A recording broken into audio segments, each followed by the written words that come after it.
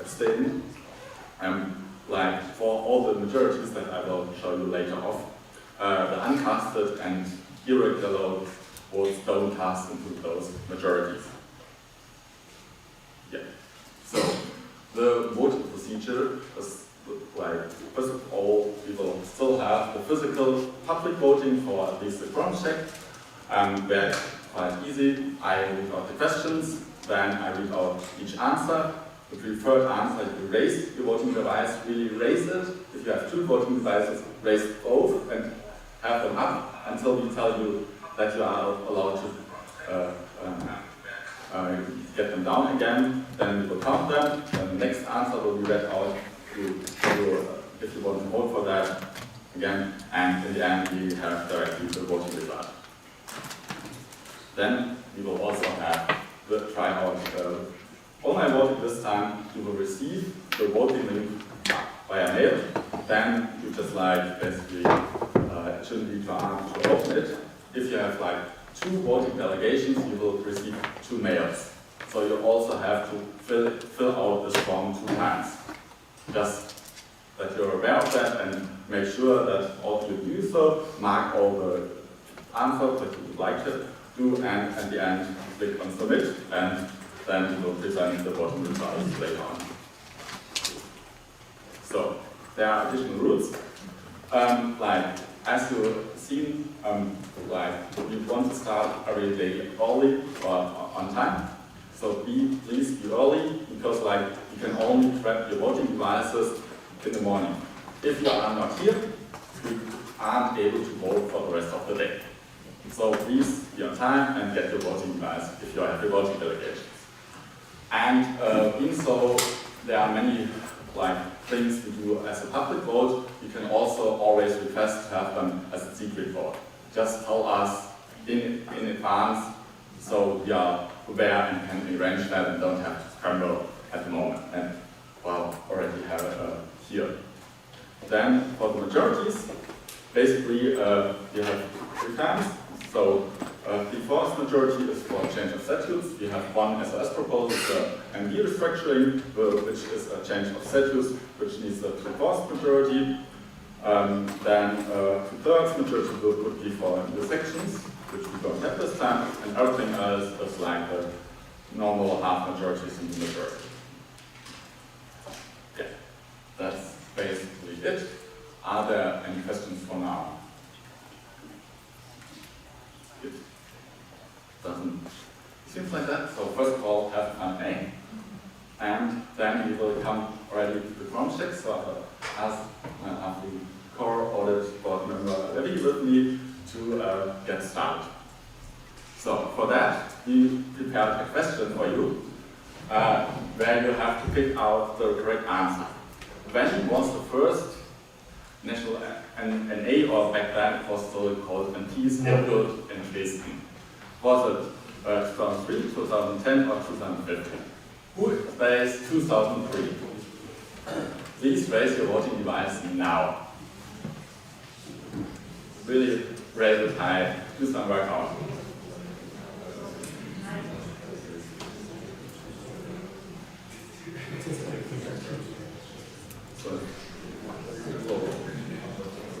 Then here you can lower that. Who says 2010? Please raise your voting device now.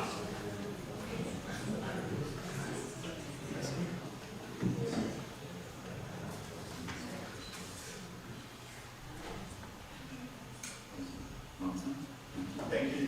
Thank you. And who says 2015? Please raise the voting device now.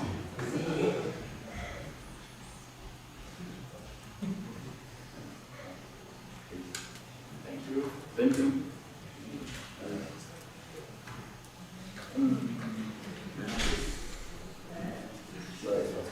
Yes.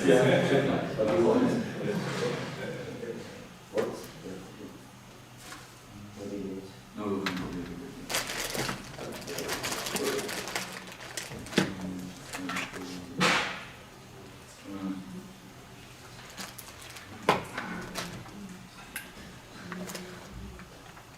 Yeah, perfect. You have everything ready?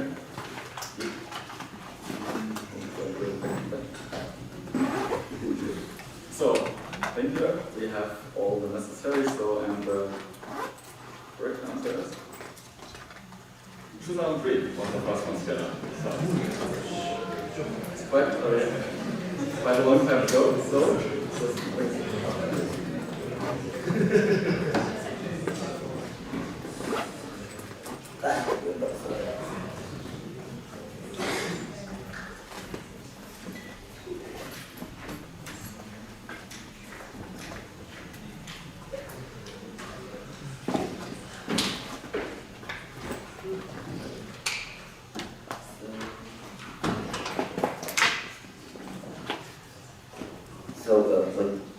hi everyone. I'm Liam. Well, I will be your main chair if you vote me after. No, I will be doing a brief introduction of the of us. Yes, exactly. So my name is Liam. I told you before. Sorry, I'm nervous. Well, I am volunteering in two sections of Spain. One is in Universidad de Valencia, in Valencia, and the other one is in UCM Madrid, Complutense Madrid. I work aboard in one of them in Valencia. I'm secretary, which, by the way, in Spain is mandatory to have. I'm responsible of legal status of the section. I'm also part of the Department of Grants and Legality of ESN Spain, former social coordinator of ESN Spain, and currently I'm part of International Committee of Communication since last recruitment in autumn. Well, I have done a lot of things in ESN. This is my 5th year in ESN. And well, I have been in a lot of events, but the interesting ones for you are, well, I have been in 6 NAs at Spain.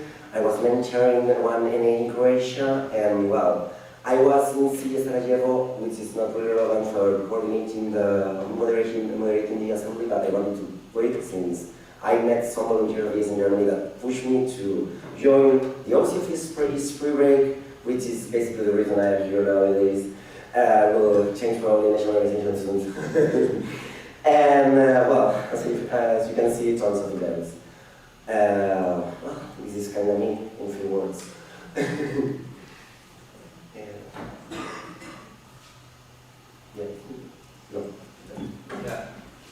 Hello everyone, my name is Talha and I'll be your vice chair for today's NA. So just a quick introduction from my side. I'm the president of ESN Twente in the Netherlands, a local president. I was born in Pakistan, but I grew up my whole life in Dubai. And I have been participating in a lot of debates and public speaking competitions for the past 8 years. And for ESN specifically, I was part of the OC team for NP1 in the Netherlands that we recently had.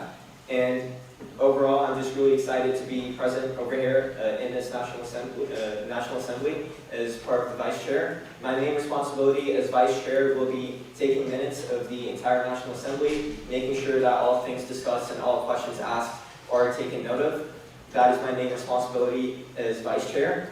And I'm excited to meet you all throughout this National Assembly. I will also be attending EGM and the community meetings in Portugal. So if any of you are there, we can definitely meet up. I'll be more than happy to meet any of you. And if you want to approach me about anything, I'm always going to be available throughout this National Assembly. Looking forward to a good NA. Hi, I'm Brenda. I'm the one running around with the scrimmage thing that I'm working on. A little bit about me is I'm original from Venezuela, and I am a member in ESN Spain since 19, so yeah, it's been a long 5 years already. I also am treasurer in my local section. I was events manager of ESN Madrid last year, and I have been an IT chair in Croatia, so you can see that I'm running around and crying around the corner about this frequently. And now the joke is dead because there was a mistake in the photo and they told me that I was the vice chair, so I was ready to accept the promotion, to be honest. But now, if you accept me, I can be part of the attorney team in Dresden. I was OC of NA Spain. I have been in a lot of NAs also in Spain, and a lot of regional and local events. I'm looking forward to meet you all throughout the weekend, and thank you all. we will proceed with the voting of the chairman team, competition board. Yeah.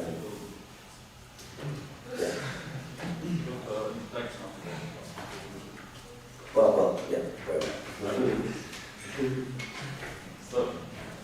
So basically, since we are doing online voting this time, I will and we need to fill out are able to do that all at once. We also need to fill out some positions beforehand. So I will first of all introduce all the questions that you will like to vote on, and we will find out the people who will also vote on that. So as already said, since we have now the sharing team introduced, you are able to elect them also. So you will have the question that you do elect Julian from ESN Spain as manager of the sharing team for this initial assembly. Same goes with vice chair. Do you elect Carla from ESN the Netherlands as vice chair of the training team for this initial assembly, and also do you elect Brenda from ESN Spain as technical chair for this training team, this national assembly. Then the next question would be, right now it's doing my last co-auditor, but we need also good ears to help me at least counting the help me with the whole voting process, and therefore we need two people who don't have voting delegations who will be here the whole 3 days, who can help me. So please, somebody would be, yeah. So is there somebody who is willing to do that? Okay. Yeah, please come in front. Thank you. And the second person.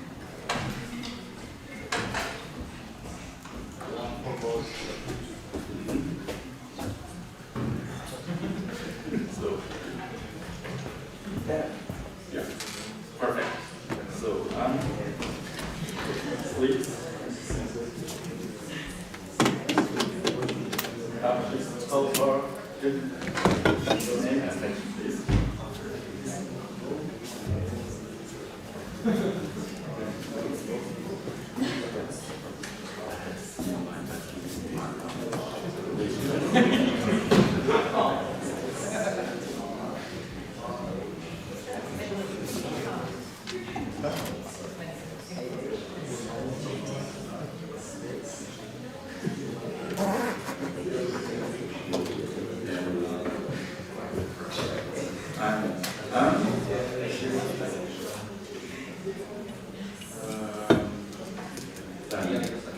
So, what are we doing first?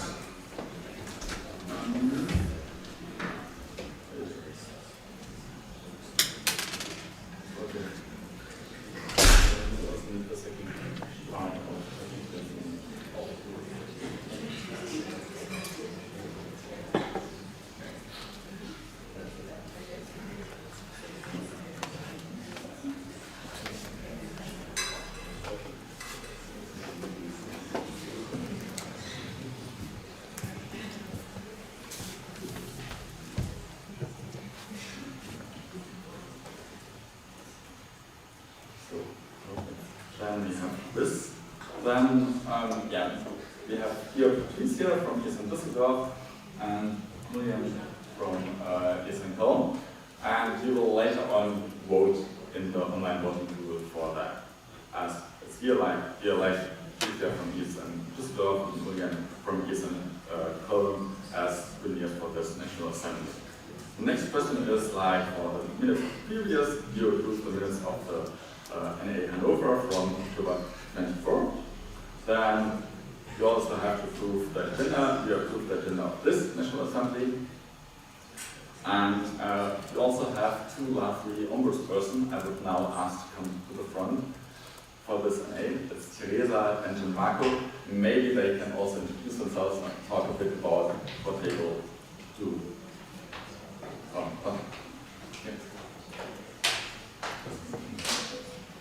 Hello, I'm Marco, and this is Teresa, and we'd like to be the ombudspeople. So what we do is, if you have any questions or troubles or anything that you don't feel comfortable with, you can reach us, you can talk to us, we'll try to find a solution together. If you would feel comfortable doing it together, we can do it together. If you want to do it yourself, we can prepare you to have the conversation with the person if you're not really comfortable with. And yeah, in general, if you don't feel good, we're here to motivate you, give you energy, and maybe you could also give us some energy. That would be great. Thank you.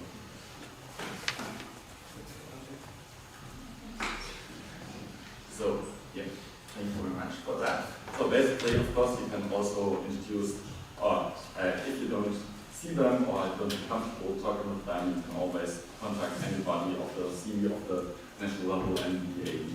They will also always are happy to help. So the question here will be, do you like Teresa from the NB and Marco from the NB as ombudsperson for this National Assembly? Then the cache audit, we will skip the question for now since we are having some issues there with the access to the data and maybe come back to that later on. So that's basically it. I will now prepare the voting and then we will now you can do the voting. We have to modify the voting code, right? Everybody goes to nothing into it, and therefore you will do that. You will never know. So I'm playing the. So let's get it. Rule of the game. Well, I guess this is not the first assembly for most of you, so you will know how this works. But let's go through how an assembly should develop to everything. Sorry, it's not even time to do this. So everything's okay. So everyone has a presentation schedule, so please check the agenda and get yourself ready in time for your presentation. And I would really appreciate people being short and concise. And also I would appreciate people, well, that's probably but when you are answering questions, please be short and specific. Make sure to stay in your time. I will indicate when you are 2 minutes missing, like this. Maybe sometimes I do like this because in basketball we do it like this. I'm a basketball referee also, so that's why it's the same. And when you have 1 minute left, I will write one thing. I will try to put in a place that you will see me. Well, we will figure it out. If it is not working while the assembly is developing, I may probably scream 2 minutes. And then you will know that 2 minutes left. You will interrupt if you extend your presentation over the time limit. Probably we can shoot or something like that. State your name and section when you answer questions upfront. That means that every time you are intervening for making a question, you have to start with your name and section. Ian, Yesen, Paul, for example. Or Teresa, Yesen, something like that. You might be asked to change the time or later your presentation just if the agenda is not on time or we have struggling with something is not prepared for the presentation, we may ask you to change it. But the thing, we expect to have all the agenda on time and do not have that problem. And everyone please be on time and do not enter or leave the room during presentations. For respect of the colleagues, it's really disturbing or confusing when you are doing a presentation and suddenly someone leaves the room. So just wait them. Most of the presentations are 5 minutes. You can wait 5 minutes. Well, for the questions and answers,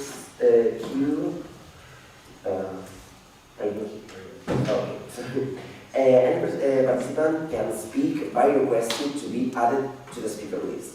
The speaker list will be made through the GA app. This is new for everyone, me included. We just introduced this in Spain too, so this is my first time. Kind of nervous. It's really similar to Slido, as far as I know, so it will be not a big problem. I will show you a QR that you have to scan, and then you will have access to the Q&A speaker list.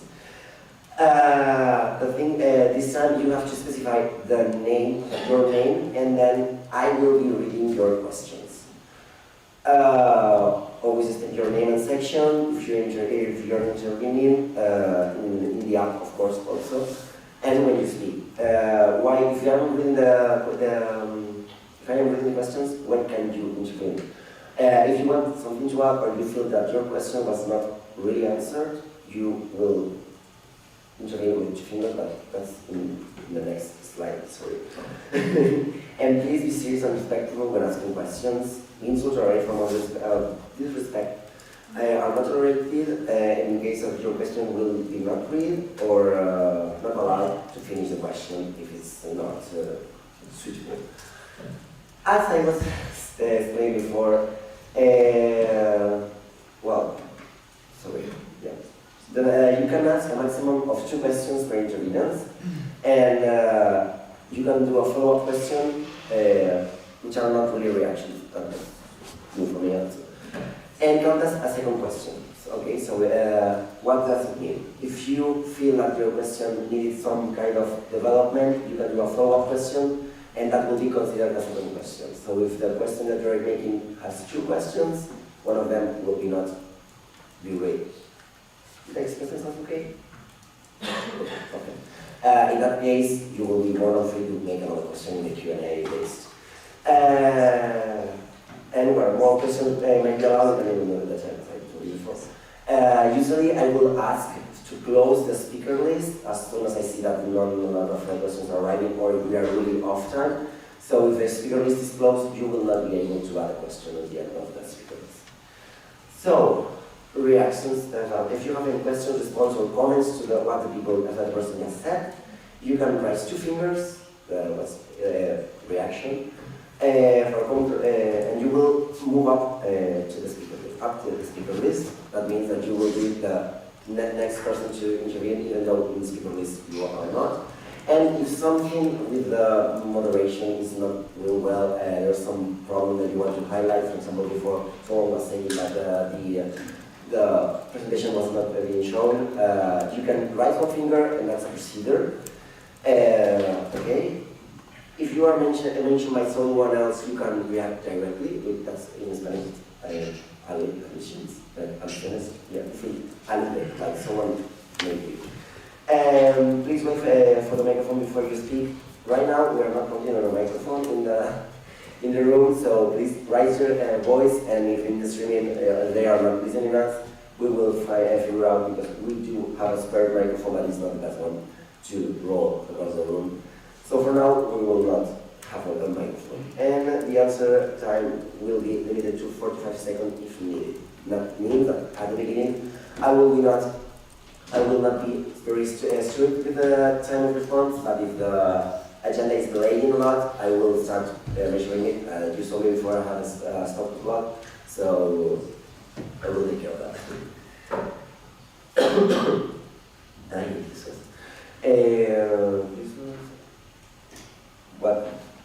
What is it? Okay, yeah. It's everyone in the GA. Do everyone has Galaxy account and everything? So make sure that your section has assigned you as role. Yeah, and I guess every section have already given you the role of voter, and you need the credentials to access the GA. Here you have the link, even though if you looked in Google GA, ESN Spain app, assembly app, you will find it. Should I wait, please? You will scan it? A couple of seconds.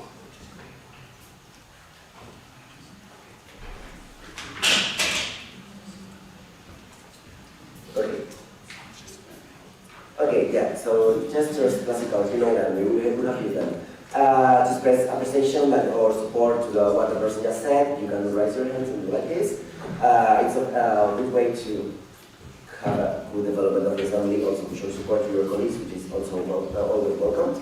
And if we need to ask for silence, we will raise our hands, and that means that you need to shut up.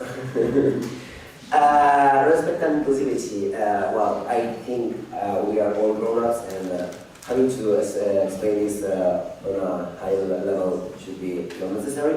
But of course, any kind of disrespect in the assembly will not tolerate it. I always say that assemblies are the temple of the word, and we use the word for good reasons, not for bad reasons. So please be kind to everyone. Please remember to speak in English, because I have 200 days on a straight in Duolingo, but I am not that good in German. So please do not ask in German. Also, does not speak German and he has to take notes. Please use inclusive language when possible. It's hard sometimes to change the patriarchy we have in our minds. But try always to consider that not to assume pronouns of people, and if we are talking about hypothetical people, we can try to use they articles instead of he, she. And well, try to find neutral generalization. People, folks, descendants, blah blah. And remember the code of conduct. In case you experience or witness a violation, please contact the ombudsperson, which if you take them will be these two. And someone else you feel comfortable with, of course. We are all here to help you if you need it.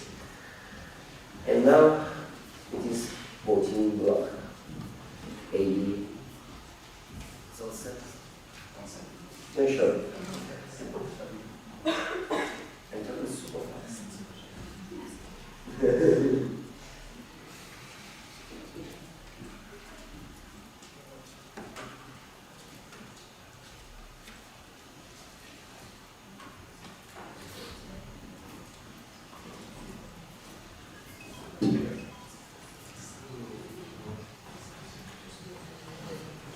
Any questions about regarding the rules of the game? Is that a question? Yes. Benjamin, yes, what was the correct role to assign? Sorry, can you rewrite? What is the correct role that should be assigned? Because that was never mentioned in ESN. If you are an active member, like, this would say that. Okay, because I just saw something about both the role. Yeah, because they have to give you the credentials to vote in the GAR. Okay, because that was never mentioned. So They I don't- don't think that happened. Yes, I sent a reminder that we should create an ESA galaxy account. Yeah. However, no section. Yes, but your section's supposed to give you your role, like if you're president and treasurer and active member, it should be shown there. Because if you're just there with the galaxy account, it's like you don't belong to anything. No, I'm an active member in the section, but I didn't know if there was a special role that should be. No, so if you're an active member, you should say active member. That's fine. Could you state your name and section again? Benjamin, yes, Benjamin. Thank you.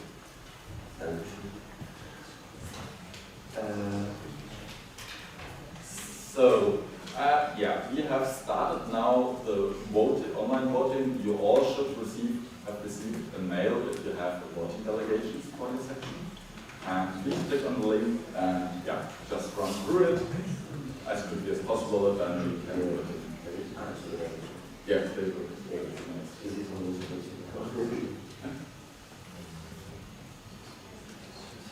They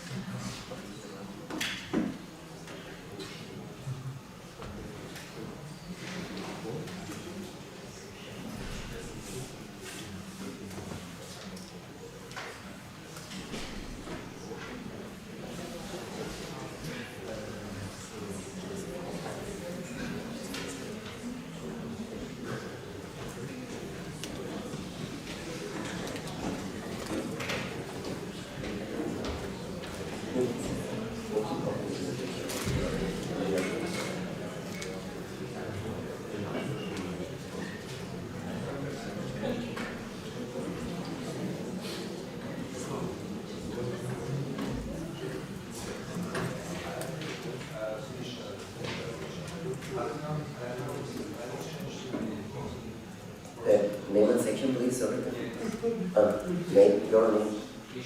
Okay. I was trying to vote for my summer original voter, unfortunately sick, but I haven't received any email. sorry, but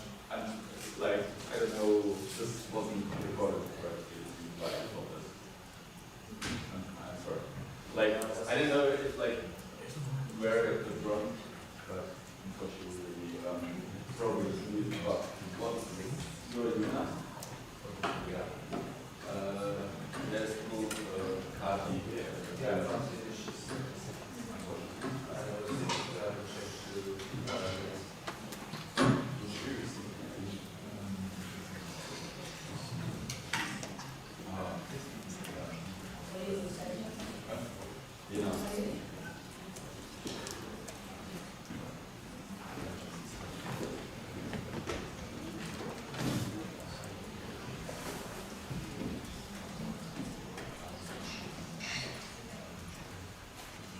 Yeah, so please come in front and put the cover. Unfortunately, we have to redo the voting for that. Is there anybody else who hasn't received a mail?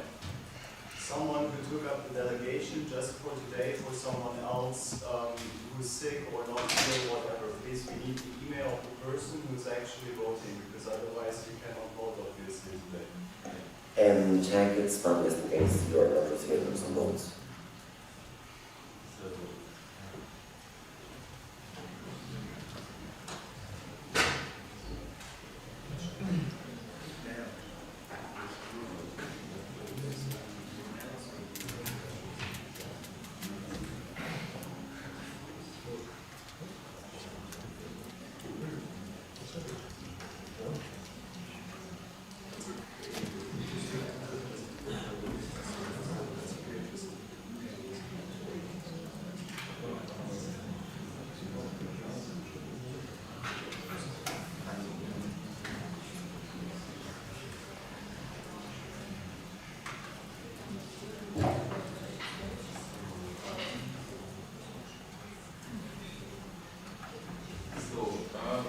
Who has the vote delegation of 13? Were you able to vote? Did you receive an email? Then please also come in front, because like then your email is probably not correct since there's a user in our system.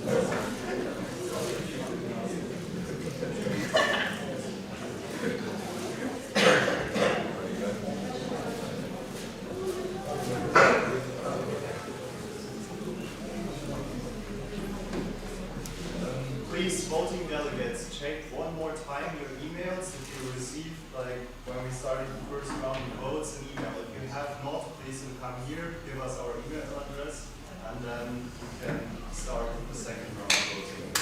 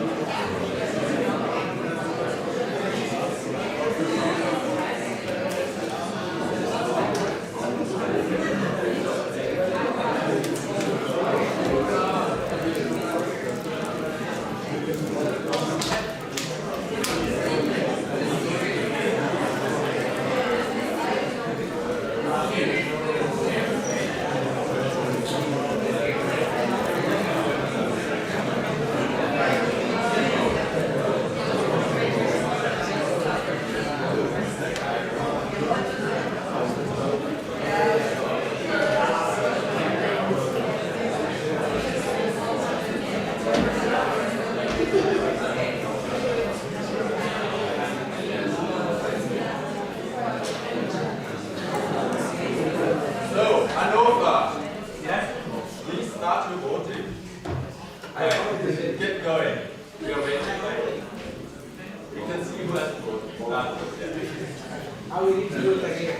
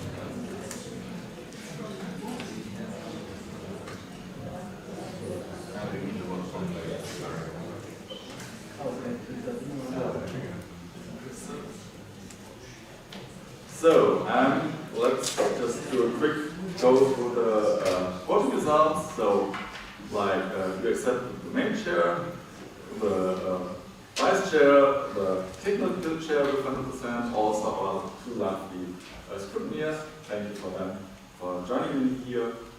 Then you also accepted the minutes of last NA, you accepted the agenda for this NA, and you also accepted our two lovely ombudsperson. So thank you, and we can continue. Cool. Thanks a lot for that. So, okay. So, we start with the order of the day. Yeah. Well, I missed spelling. So we start with the national level updates. What's happening since Hanukkah?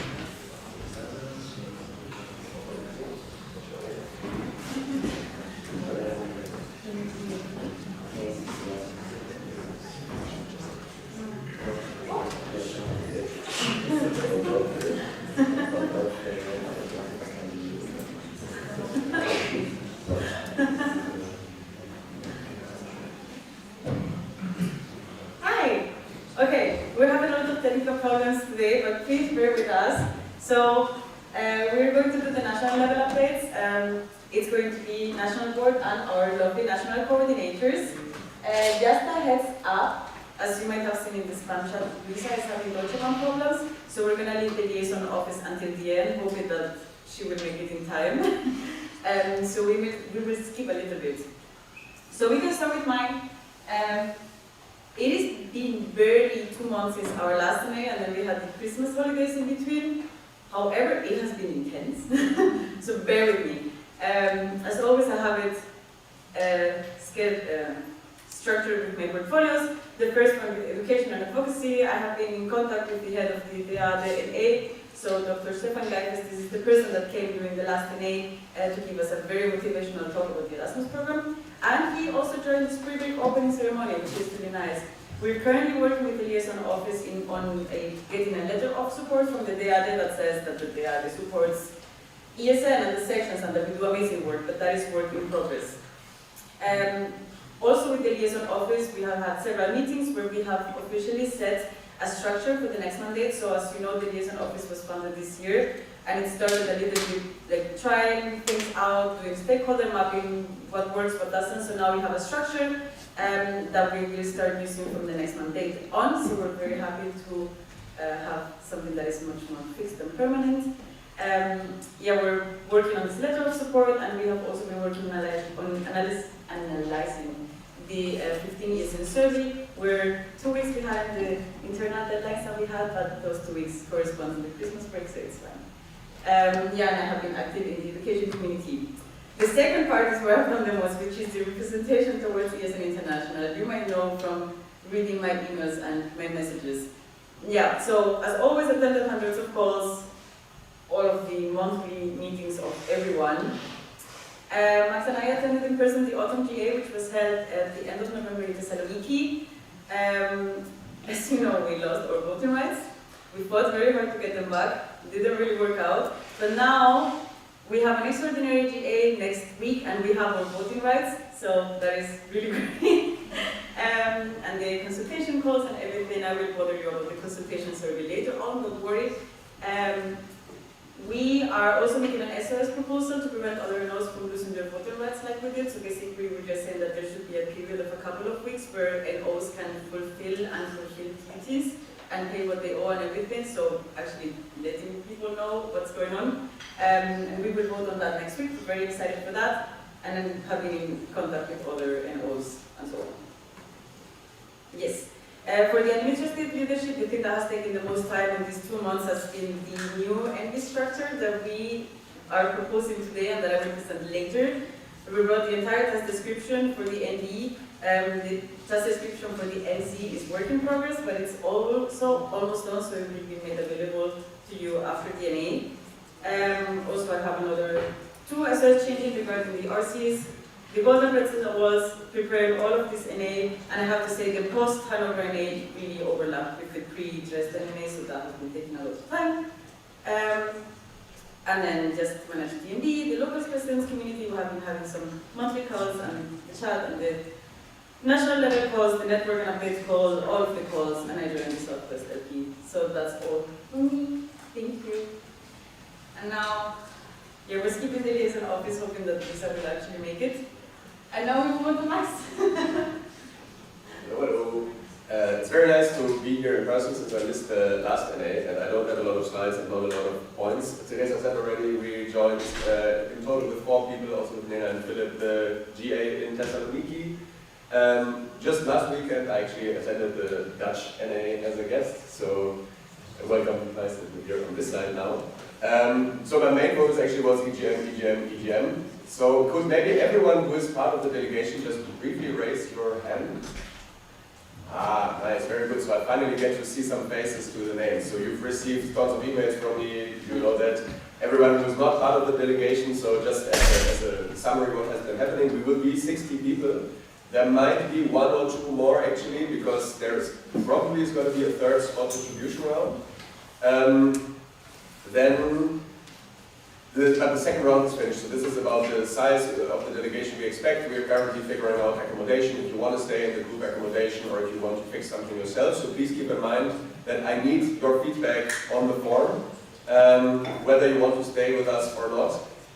I would say if you do not get back to me, then the default is that you will stay with the group, because otherwise, like, we don't want to have the situation where suddenly somebody is, yeah, legally not? Okay, then what? Okay, so then just get back to me. If you don't get back to me, then it's your problem. Okay, thanks. Then you need to figure something else out. And then otherwise, I have the plan throughout my mandate to strengthen the collaboration with our neighboring sections. So there will be a workshop about that, so if you're interested, like how to maybe reach out, especially if you're a section in the border regions of Germany. We have so many neighbors, and they are all nice. We have so many ESN around us. It would be nice to just collaborate with them. Yeah, so that's it.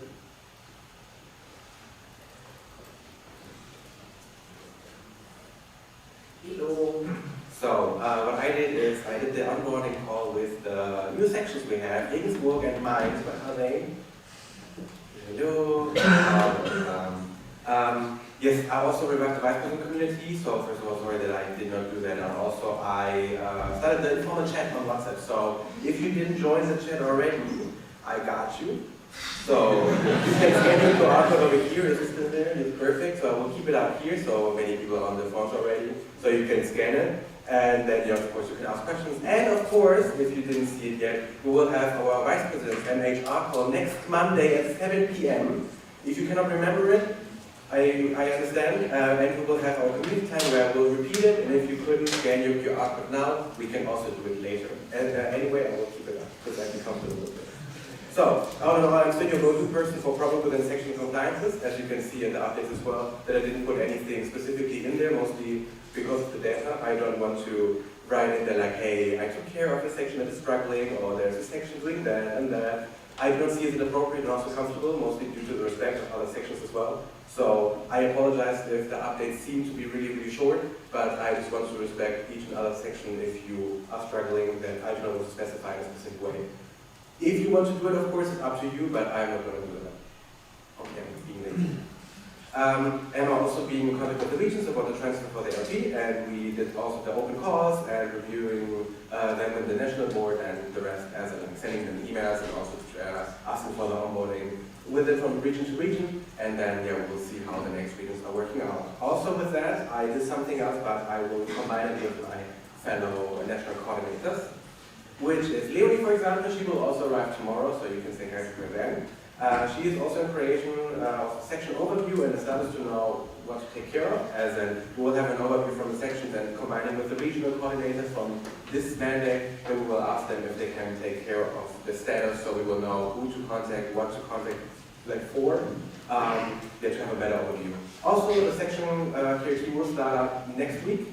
The email will come soon as well for the people being part of the section care team, and all the needed documents that we needed to prepare are already prepared, which is also great. And the quality assurance tool, the part where you just have a Google Forms where you need to put many things in there, is in preparation, so you can expect an email about that really, really soon. Also, you can expect some section calls where you can see my face and maybe the beautiful face over here as well. And we will have a talk for like around an hour, and then we can ask questions. If you want to talk in person, that's completely fine. If you, if you want to have like a one-on-one, we can also figure that out. If you want to do it separately, just like only one person instead of like one section. Because you can invite as many people as you want, so they can also see our faces. Of course, virtually, but that's also fine. Then we can continue with Sarah. She's our section growth coordinator, or the growth coordinator. And she's also helping me out with the onboarding, so we are still in contact with the new interested sections. And we are also trying to get an overview over there, but mainly because she is really good with Excel and I'm not really that good. She is redesigning the documents, making them more sustainable. Just to sum it up, if you add a new line and you have like a cool design, it's not getting destroyed. And yeah, she's doing a really good job in that, so I'm really happy that I have her. Thank you.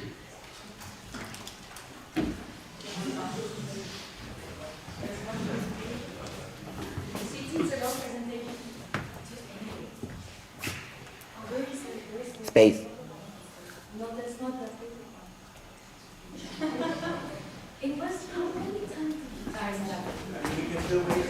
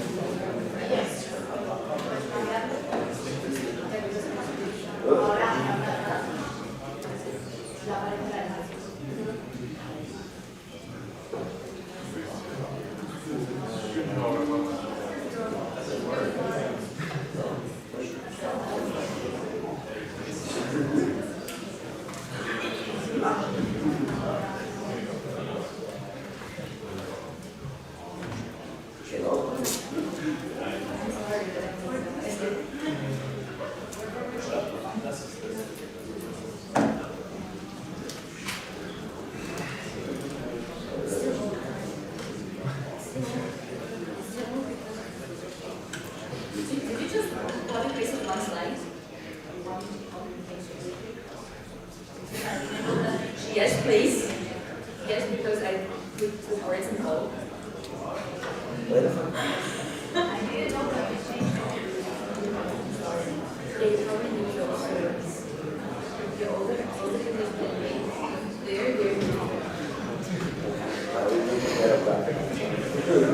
But yeah, anyway.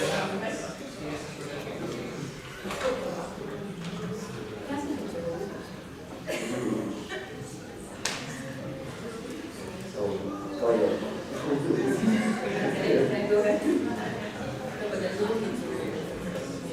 Yeah, well, that's not easy. Maybe we don't go to the first because I don't know why she stays to this away from us.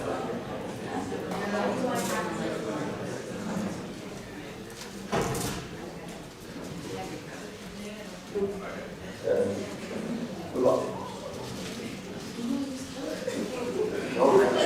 I didn't know that.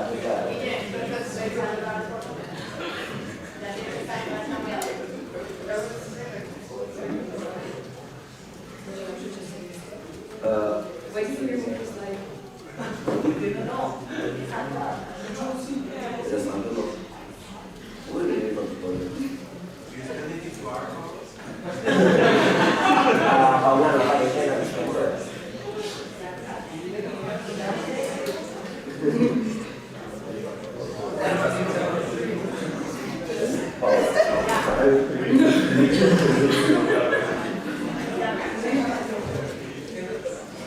Yeah. It's only one.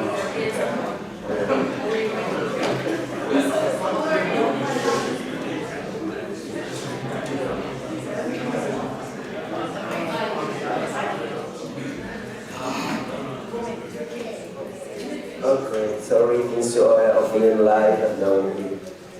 Yeah, I'm sorry I made the last changes in the presentation and put some words in bold. So since Sandra is not here, she's going to join online tomorrow. Jasmine to present his updates. So he created a new reimbursement template in the PDF format. We finally got the full access to the bank account, so it's much easier with all the reimbursements. He was working with the head of finance during spring break and then aligning with Alvin on everything was related to the finance. He proceeded with spring break reimbursements. At least part of them was already sent to work. And he was the OC of local platform Hobbins last week, where he did the insane job because I was also there. Yeah. And the next is Arne. I actually managed to make it. Sorry for the delay. Do I have to talk into the microphone? This sounds very more dramatic. So I am currently working on the budget. I'll just do without. I think it's more comfortable and less awkward. So, hi everybody again. I'm Arian, the National Coordinator for Event Budgeting. If anybody's wondering what I'm supposed to be doing, I'm supposed to be doing the budgets for the bigger events that we have. If you have any events and you're looking for input, for tips, for how you can do the budgeting, or in some cases you should really do it, get in touch with me, we can talk about it, look over the calculations and make sure everything is alright. Otherwise, what I'm currently doing is working on the budget for the upcoming National Erasmus Games that we're going to be having in Mainz. It's going to be around April. Make sure to get your Erasmus to sign up for that. Make sure to join as well. It's going to be fun. I will be getting in touch with sections to talk about their bigger events, so it's all much better if you actually do publish your events on the joint calendar that we have. That's another topic, so I can see what events you have. Otherwise, if you have bigger events, feel free to get in touch with me. We can gladly talk about it. And the third point that I'm going to be working on is that we might be having some financial budgetary situations that we're going to be reviewing, and I'm going to be assisting with that as well. Questions? Oh, yeah. Okay, we're going to have the Q&A round. Come on, I want to have some more talking time. I burned through my slides so fast. Okay.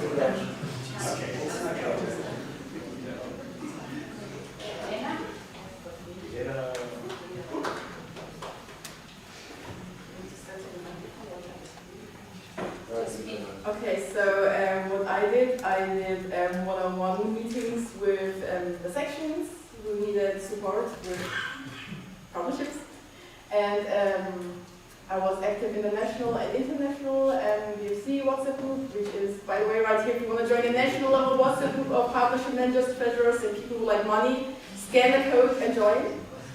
And yeah, I also, I created a really nice flyer with all the discounts of ESN Germany and ESN International, and yes, you can find it soon on the Material Exchange Drive, so please go to Material Exchange Drive. I will put the link in that group later, so if you need anything regarding BFC, if you translate, you can find it there. And yeah, and also I already ordered 2K and distributed them during spring break, so you probably already saw them. Yes, so the events I visited the GA in Thessaloniki with Teresa, Max, and Philip, and I represented the BFC community and asked some questions, and if you want to know the answer to it, you can also join the group or come and ask me. And I went to the LP in Munich, and I gave a workshop about BSN cards, and I also visited the LP in Darmstadt and gave a workshop about crisis management.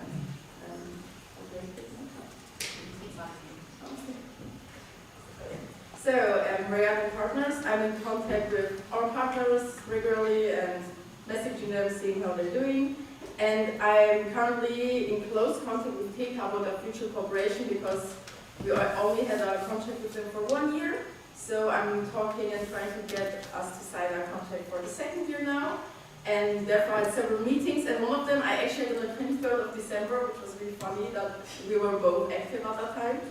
And I had a second meeting with them this week, and they're very interested in renewing the contract, and I also rewrote the contract for them, and I added 2K, so hopefully we will be receiving 7K instead of the current 5K they're giving us in Germany. So yeah, that would be nice. And I also changed some details in the contract. And yeah, we're definitely renewed for 2025, but we'll have to see what the conditions will be. Also, I'm still in contact with N26, so the OGs, they know I've been doing the N26 thing for the start of my first mandate, so around 1.5 years. And they sent me a contract, there were mistakes, so I'm correcting that contract, sending it to them again. So it will probably take 1 to 2 months to sign this, so hopefully we'll do this fast and sign it. Yes, additional tasks. I am helped out with Spreebake, so I supported the head of finance in Spreebake in the Department of Finances and Partnerships. I joined the Spreebake calls regularly to support the OCs with questions, and also doing Spreebake, I did several shifts during the day, and also the last thing is a little bit funny. I'm trying to get hold of Uber Eats regarding the food orders for the OC because I ordered every day for all of the OCs, and Uber Eats is not sending me an official invoice, so we are trying to get that, and if not, we probably have to sue them, so let's see what happens. Yes, and also that was not on the slide, so one thing we also did, we elected a new sponsorship coordinator, which is Lars, so we're still doing the transition. He's very new with ESN and he's very new in his position, so be nice. And yeah, there's no slide for him, but you can yourself. He's very good. I'm not from ESN Hanover, and I recently taken up the task of national sponsorship coordinator. So if any of you are in charge of the local sponsorship, like get in touch with me, and then like I'm responsible for coordinating that. And yeah. So future OCs, he's here to help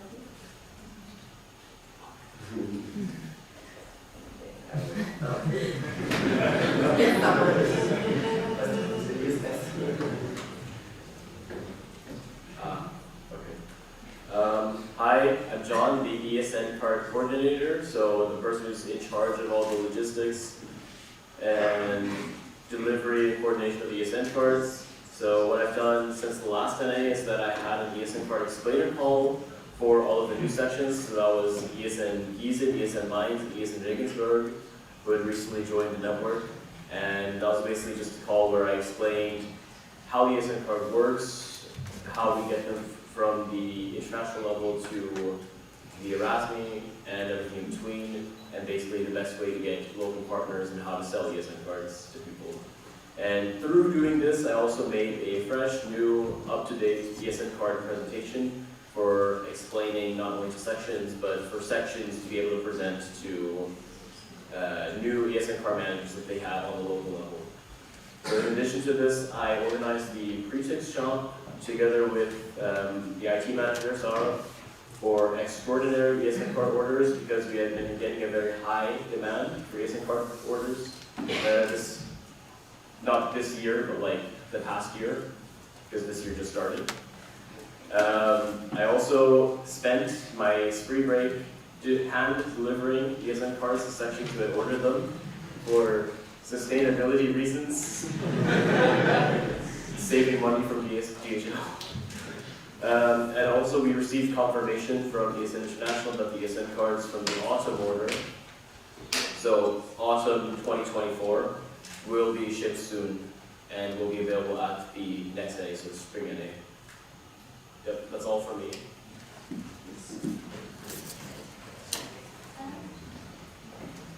Hello again. So now it's my turn. I'm Catherine, the communication manager of ESN Germany.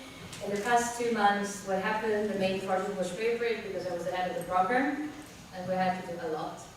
And you will hear about spray break today, never, and tomorrow too. So during spray break, I registered ESN Germany as a partner of the European Parliament in Germany. So if you go to their website, together.eu, I think, then in the national partner, in the local partners, you will see ESN Germany. We were also featured at the European Parliament Germany Instagram page in their stories that promoted spray break. And also it was on the platform, the promotion. I nominated spray break for ESN Culture Award. So let's see what happens at the EGM this year. I updated the website because there were some changes, wrote several blog posts, LinkedIn, and on the website as well. I did preparation with sections. Thanks again everyone who joined our New Year's reel. It was super, super nice. And we did another preparation with ESN Belgium. I organized theme workshop with the main chair of the ComCom. So in case you're new to Veeam and you don't know what it is, let me know. There is a link to the recording of this workshop. I attended the conference last weekend, which was super nice, and I also gave a workshop about time, prioritization, and motivation. I adjusted the ESN Germany template, so please use this template that you're seeing now for all your presentations. This would be good. I created a new ESN Germany info presentation, so in case you're going to any other event outside of ESN Germany, you can use this presentation to talk about ESN Germany. For example, if you go to the NAs of the other nodes. I did this in Germany merge sale. I sent out all the emails to those that wanted to pick up your orders at the NA. So you send the emails, please reply to them, because I need to know if you need an invoice or you're going to pay cash. And then you will be able to collect them tomorrow. And we continue doing screening of sections and also have one-on-one talks in case some people have questions. In case you have questions about me, please reach out to me. And now Patricia will present the PR team updates. So, hello everyone. Patricia. So, to sum it up, for Catherine to achieve all those cool things around like graphics and image and so, that's where Svenja and I come in and help out to create basically most of the graphic content that you see on our Instagram, LinkedIn, and social networks. So. We also work on new designs and new items, proposals for the national merch that you will see for more in that phase. Then we also work on our merch, like our own hoodies in this case, and like stickers and so. We couldn't have it for today, but for the next NA, hopefully. We also assisted and attended with the visual identity development workshop with the main chair ComCom.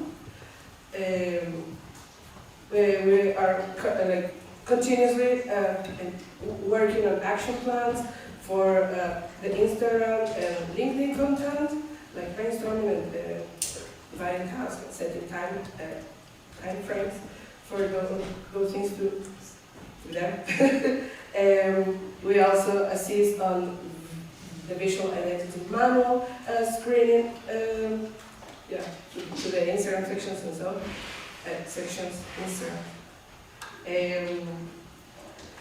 Then we mentioned before, like working on the graphic things, like the new designs, the templates for our everything related to ESN.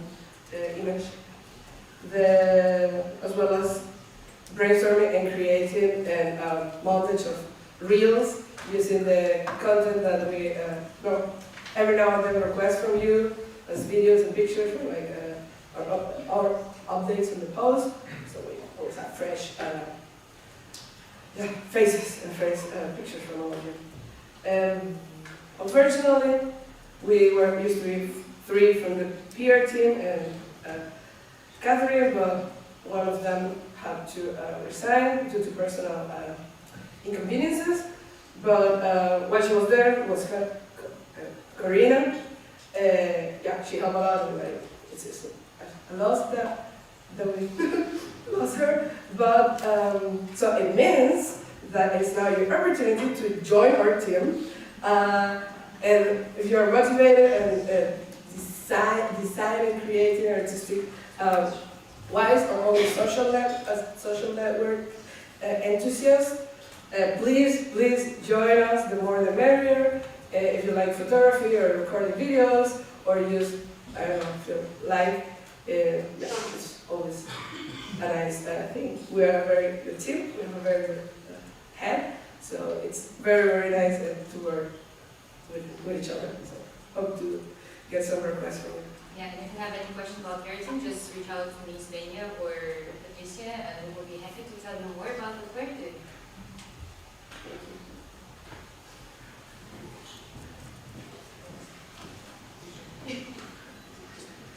Hello everybody. So as you see, I'm Paula. For the people that doesn't know me, I'm the event manager. Okay, recently, since the last NA, I attended the 25th birthday of TU Dresden. I was a dance teacher at the last edition of the Sea Battle in Sweden. I became the vice head of the spring break team very quickly. And I was also the head of the accommodation. Unfortunately, the person had to resign for personal inconvenience. Yes. I couldn't attend the spring break, unfortunately, as I planned. I had to fly back to my home country in a very short notice, so I basically managed all the accommodation at an leisure from Colombia. So I was getting up very early there. What else? I spent my first Christmas in Colombia in 3 years, so it was really nice to see my family. I submitted my topic for my master thesis. That's also really good.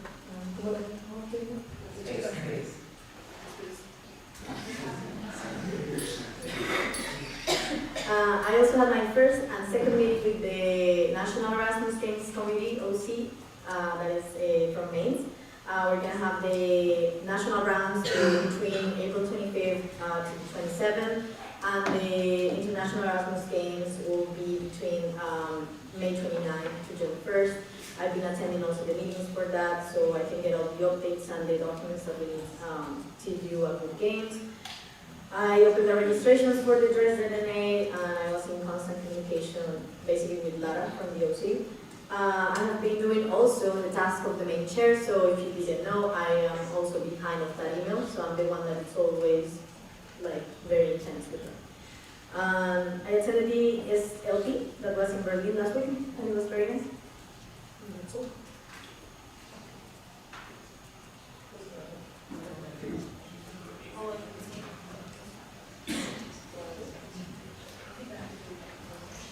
Sorry, Margarita is currently at work, so she cannot do her own updates right now, but she told me to do them for her. So she organized and facilitated the second online meeting for the German pool of trainers. As you know, Margarita created this German pool of trainers where everyone that either has experience as a trainer or wants to get experience as a trainer could sign up. So she has been doing meetings with them. She collected feedback to have better processes starting in January, so now she's going to, now that it has taken off, she's going to do some changes to have it better. She collected opinions on a learning and development plan for ES in Germany, so how can we do better in training and learning and basically improving ourselves. She coordinated some efforts to propose topics for EGM and CONA, started following the possible organization of BNG.2, so this training event that we had last year with Belgium, the Netherlands and Germany, and now this year it might happen also with Liechtenstein. I think you might talk about that. Oh, Luxembourg, I'm sorry. It's the L. I knew it was the L. Yes, sorry. And also for the National Training Days. she prepared the workshop plan for NA Dresden, so she helped me really a lot with the agenda. It was really great. And she will soon have a new call to join the German Pool of Trainers. So if you missed the first call, that was, I think, in September, and you would like to join now, then you should be checking your emails because she will send it soon.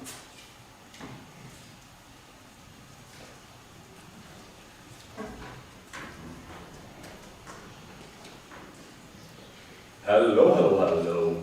Like as Teresa just said, like I'm much more involved in the planning of BNG2 or BNG level 2 and the LN level for Luxembourg. The plan started and we are still discussing a lot of details. We have an idea where it is going to happen, probably this year in Belgium, but we are still in the process. You have maybe seen an email from Open Call. And besides this, what I did in the last few months was I helped a little bit with Spirit, not much compared to my colleagues or other members of the organization committee. I participated as well, like with the local platform, a bit in Berlin last week and attended a lot of national and international calls. Searched for, like as most of my duties as a project manager, searched for grants for years in Germany, especially as well for the local sections, and contacted them if I found something fitting. I also proposed a topic for a session for EGM, and I prepared in November a bit to take the possibility to take over some duties of the treasurer, which included partially preparing a reimbursement form for the Spirit.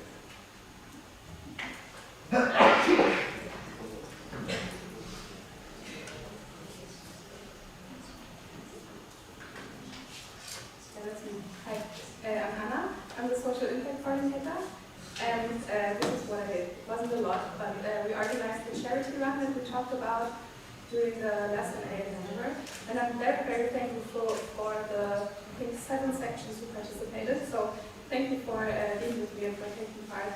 I think that was really fun. Currently, we have collected around 330 euros. It might become a little 530, might become a little bit more, because I'm still in contact with the Johannita regarding like a donation,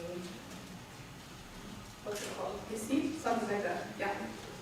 And then what's coming up is I'm finally working on finishing the guide for process-oriented event planning. I also talked about this at the last NA, so I'm hoping that it will be finished at some point in February after my exams, hopefully. And then also, again, I'm looking for members for the caucus team. The caucus team has been asleep for the last 2 months, and now I want to wake it up again. So if you're interested in working together with the caucus team on creating some impact and helping, especially helping on the sections to work with our caucus a bit better, then hit me up and let me know. And I'm planning to do the next caucus team call in February, so if you're interested in having a look at what the team does, feel free to join. I will send out an email for that. And lastly, I would, especially for the sections who did not participate, like to get some feedback on the charity run, and especially on why you didn't participate, if it's about capacity or something like that. So if you have something to say about that, feel free to let me know.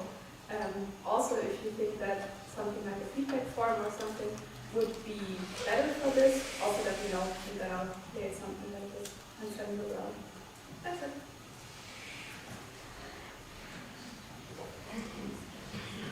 Yeah, it's me again. Sarah asked me to present these updates as well. I forgot to mention something. Please take photos and videos of the day and check this in Germany so we can post it. And about Sarah.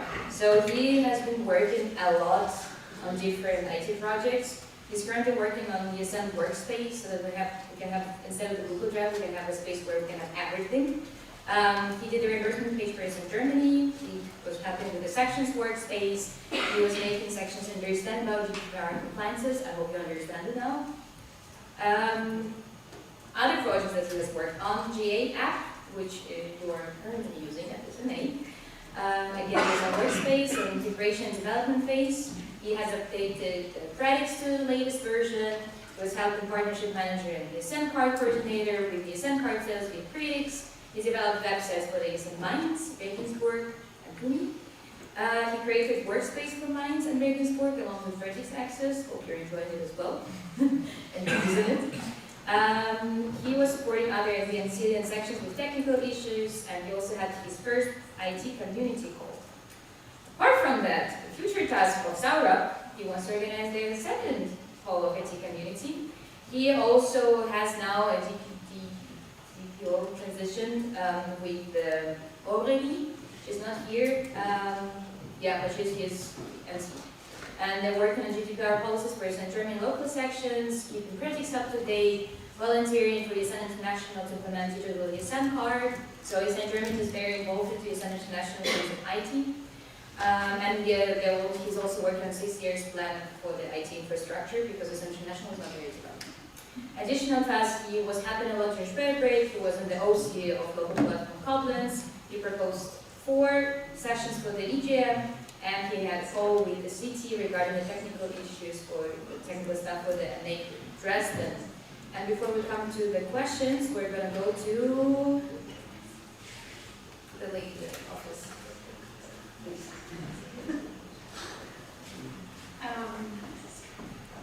So yeah, currently it's using the real-time agenda when everyone is starting, so Margarita is pointing that out. Name and section? Marco, yes, I don't know who is passing that to the agenda.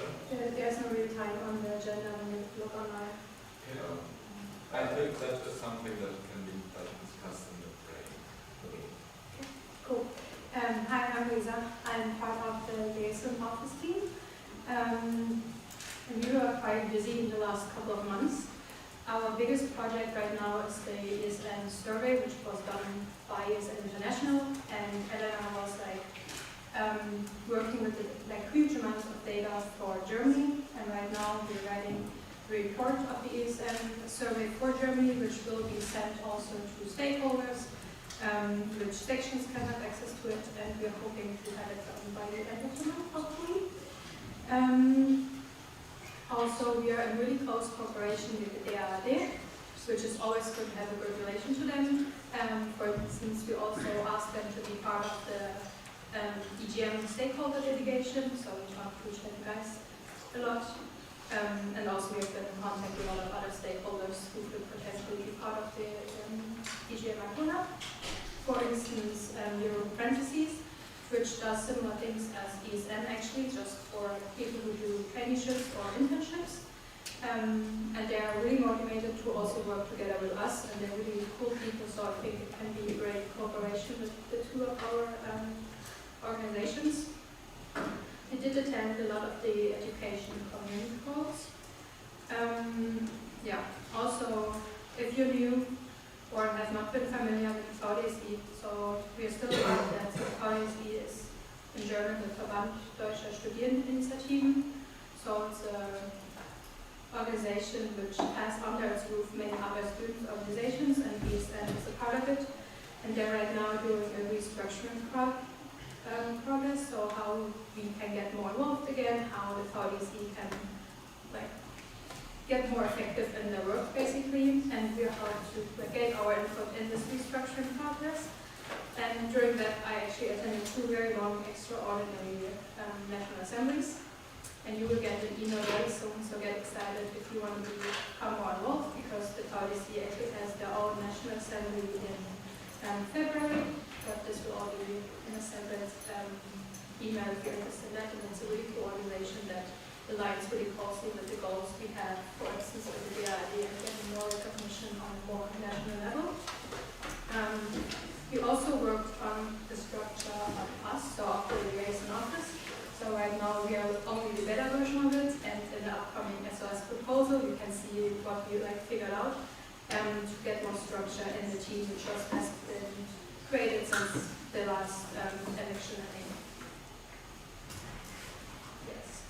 Also, we were present during a lot of other events from other organizations. For instance, Philip presented the ESN survey of ESN International during a conference from the European University Alliance in Germany. So we gained more visibility.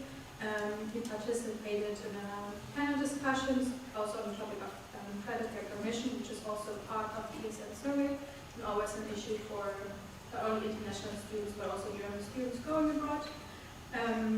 He was responsible for the stakeholder management of the Freeway.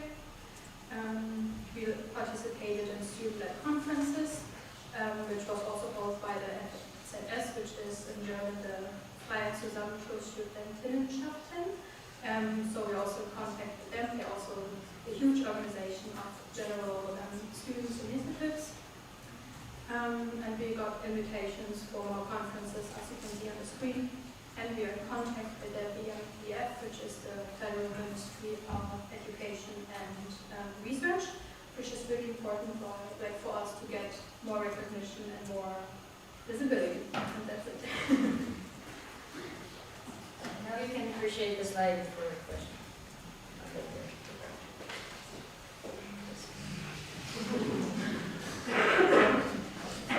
Okay, so thanks for adjusting to the time. Let's see. The questions. Well, you can access to the Q&A online. Let me see. There are already some questions.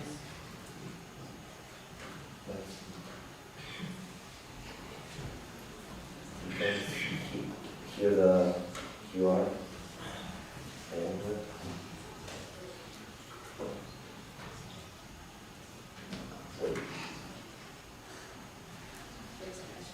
Yeah, sorry.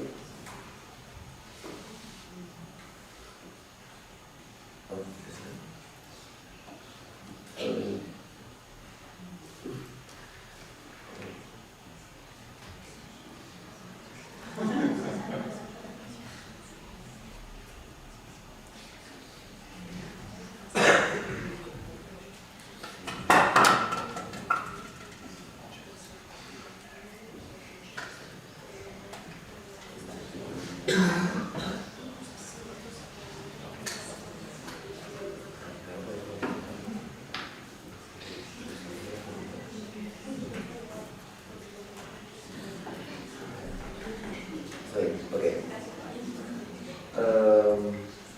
What? Do you have a question? But did you set your question? Yes. It's the rules of the game I explained at the beginning of the assembly. Okay.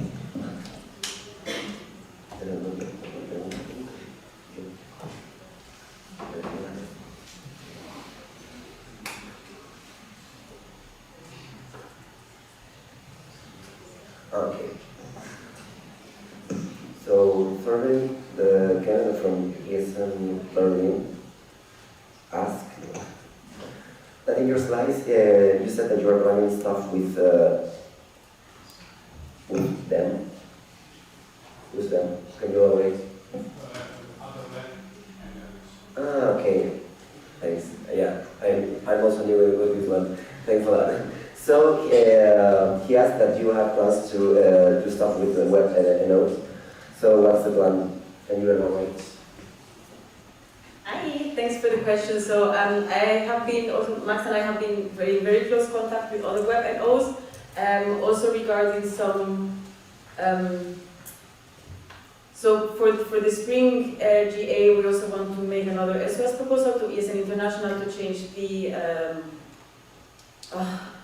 mandate time, start and end of the regional coordinators, like the web coordinators, and so on. So that's one thing. I have also been speaking a lot with our neighboring countries, as Max said, to start setting up buddy regions. So as you know, our buddy country, or as you might know, our buddy country is ESN France, which is really great for the southwest, for example. So Karlsruhe, Freiburg, it's really great to have cooperations with sections in France. It doesn't really make much sense for someone like ESN Berlin or ESN Hamburg.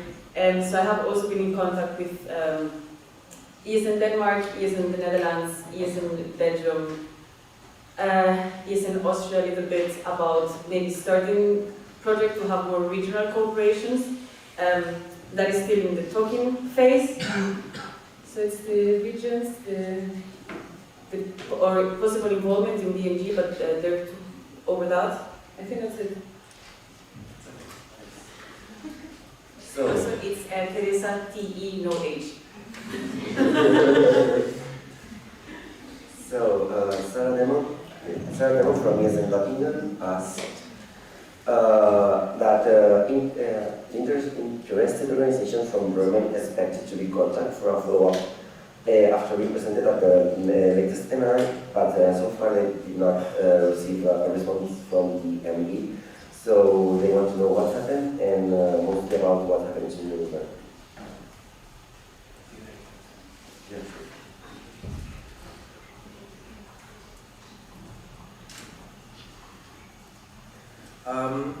So that is true. We did not directly reach out to them. We reached out to them for this NA. Sadly, we also did it a little bit delayed. However, we're also planning to do like kind of a buddy system where we also probably will ask Hamburg if they can help us out with doing joint events and everything there, so they can take care of it. But so far, I wasn't completely focused on the onboarding for the new sections, but for the existing sections. So the main point was mainly taking care of the section, and then if I have the buffer time for the new sections, I was focusing on that, but sadly that was not the case. However, since Sarah and I already prepared some new templates, we will be ready to reach out to them really soon. And Nuremberg is also still there, of course, and we would also like to reach out to them, also asking nearby sections to be kind of the buddy sections to implement them to the network. Okay, again from Sarah Denmark, ladies and gentlemen. And the last NA, the preparation of financing guide of sorts for section was mentioned to the money from institutions. Are there updates about this? Yes and no. The update is that we are currently not really working on that. There are reasons for it. First reason is that we realized we were spread too thin. The ESN survey report is very hectic because we have answers to almost 70 questions from 2,000 participants, so the data analysis is really complex. The second reason is that we realized, or we were told, that ESN International was also working on a similar guide, and as well the OC for EGM and CONA might have been working on a similar guide, so we decided to contact the people. Sometimes we received some answers, sometimes we didn't, so it's a little bit of a hard to see what happens, so we don't do duplicate job. So, Benjamin from ESN Berlin, as that during the network update calls in December, you talked about the monthly national level updates. The last published one in the drive is from September. Do you still plan to upload reports for October, November, and December? It would be great to have references. Yes, the reports will be uploaded. I am very sorry that I haven't been able to upload them yet.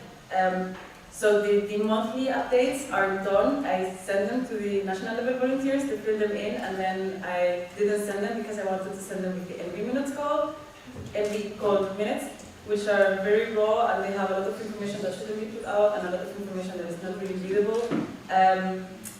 It has taken a lot of time for me to go through the MV call minutes.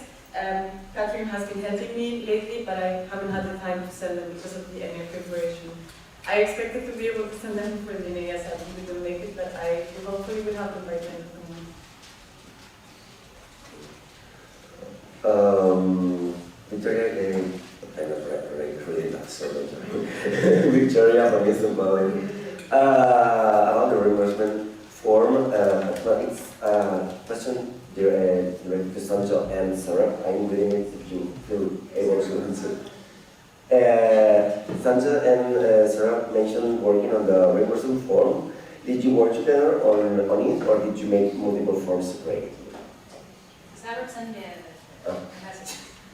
So answering Victoria's question, as per the requirement of Santo, he started working on a digitalized platform for the reimbursement form. Does that answer your question? I guess. Name, section, please. Well, yes, I'm Victoria from ESN. The person that asked the question, I forgot to add there, you also mentioned working on the reimbursement form, and I wanted to ask if you all three work together or if there's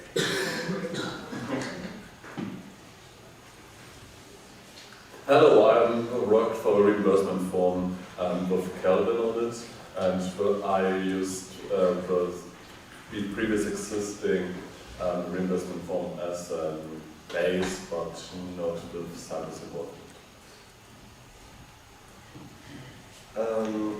Joseph, your question did not arrive full. Yeah, I sent another time. Ah, okay. As attachment because it was too much text. One second. Okay. User from Essen Hanover asks, many MB members are part of the OC for bigger event, which is great and shows your commitment. However, does this extra responsibility take time away from your main duties? I'm not sure what exactly you're referring to, but since I was the head of the program for spring break, it does. It does take a lot of time, especially a couple of weeks before the event and during the event. But for me, I was lucky because I had my PR team, and this is why they helped me a lot. So you will see also today this very great presentation that our proposal is not to include national board as the OC members of any big event because you don't want to. You want to be safe.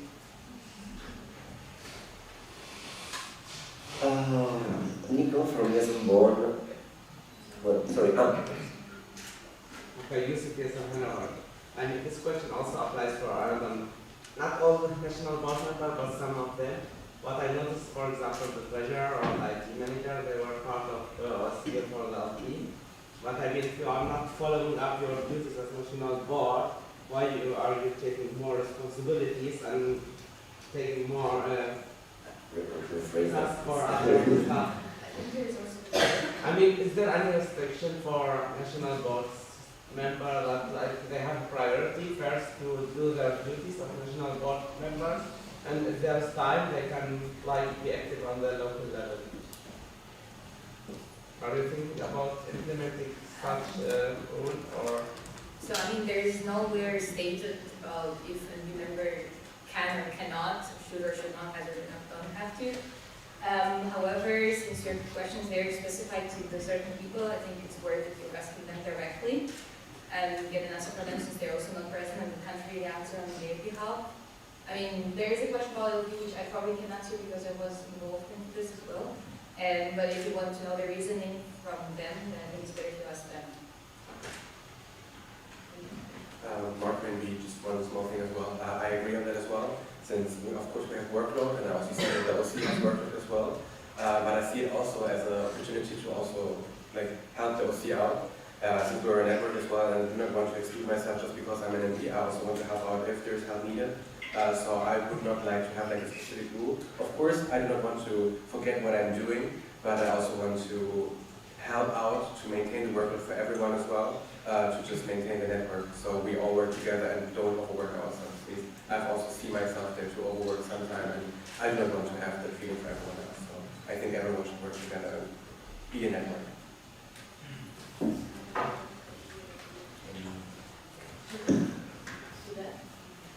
You cannot really react to our reaction. Okay. So Nico from Yesenborn asked, well, thank you for what the fuck.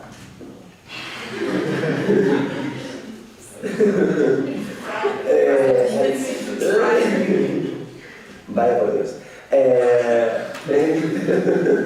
Thank you for your presentation. Approximately how much time do you spend on working on the PR team per week?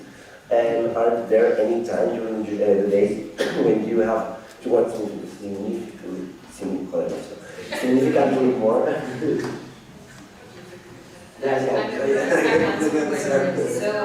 So for the PR team, first of all, we have monthly calls when we set the content for the month, and then we divided it into the weeks, so you know in the direction at the beginning of the month how much we need to do, and we have the 8-man map for this, and then I put the 6-man map in our group chat so they're aware of this, and then I also tag them for every week what they have to do, and then I always follow up on how the progress is going and if they need any help.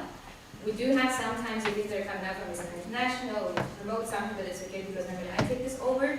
So for me at least, as the head of the PR team, it's very important that everyone has a sustainable approach and that they have a work-life balance, and so I'm not going to force people to do it if they don't have time to do it. And this is why I'm telling that there is no exact amount of hours that you're spending per week. The Robert that you're saying the same one because she's actually Yeah. So we have a meet, and we plan ahead what the month we'll be looking for, like 2 months or whatever, a few weeks, and everyone volunteers to care what we can achieve, and we know we can do it properly or not. And yeah, we go to there it's basically a to-do list, and everybody's aware of I have till Friday or till Tuesday to finish these things, and I don't think we work into more than 2 things at the same time per person per week. So, but we normally want to have 3 things up. So it's 1, 2, and 3, and yeah, it's it doesn't take much time, and we work until what we know we can do. And if we need assistance, we always ask, and yeah, we work very good on the matter.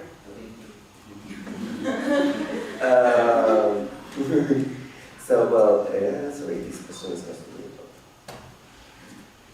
This is super curious. Okay. Again, about the involvement on the, oh, sorry. Christian Dominic from Yes and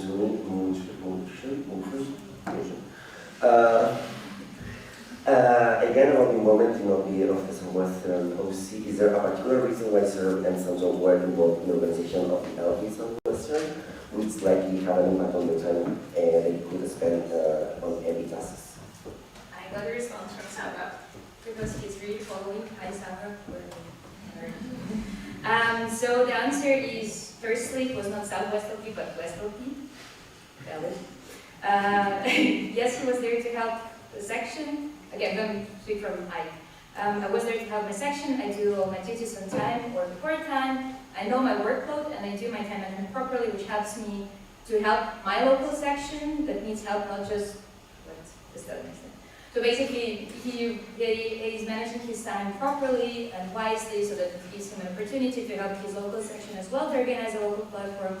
And this is also the reason why he was elected to help them at national, international, and local levels. So yeah, I mean, there was OC, and both for both Santo and Sarah, it was a very important LP, and they really wanted to make it happen. So there was OC apart from them too. So they were also distributing the task in the OC. I hope this answers your question. So there are no more questions. Anyone against those in the speaker list? So let's move on to the next topic on the agenda.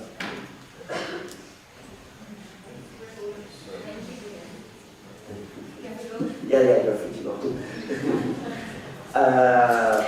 Well, not really. Okay, no, sorry. This is super confusing. Now it's program upgrade. OC has anything to add to that thing? Is anyone from the OC? Oh, sorry. I just have something small to add, please. The delegates of Hannover, Augsburg, and Bielefeld, and also the people who took over from those sections, delegates for other sections, please come to us. We have to talk to you.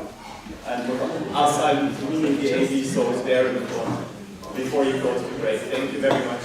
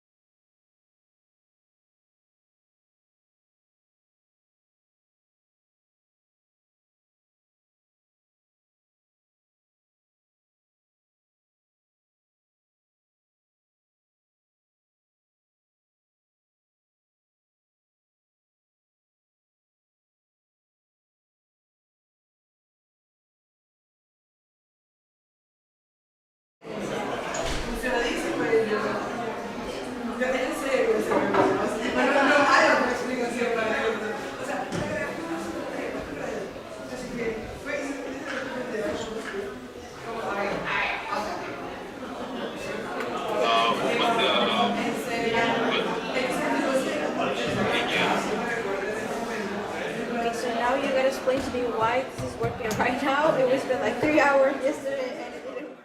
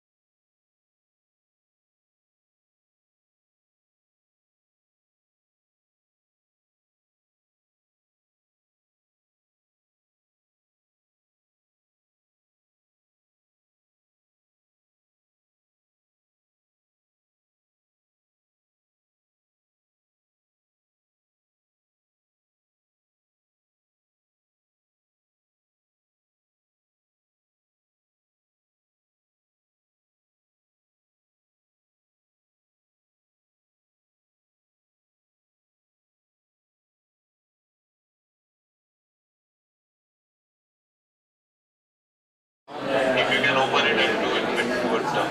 No. Yeah, but I need the reference. Sorry, I just needed to.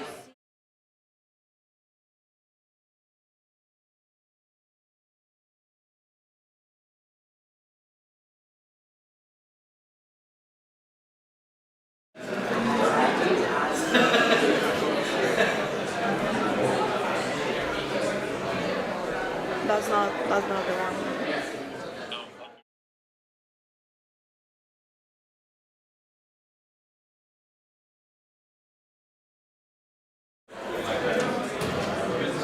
You see, like I'm putting my fingers in the camera and there's nothing.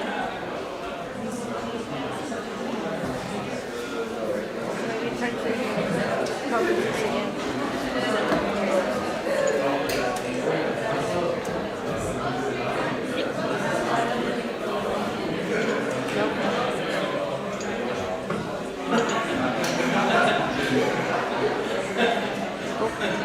It doesn't show anything? Okay, maybe I will try to connect and disconnect again.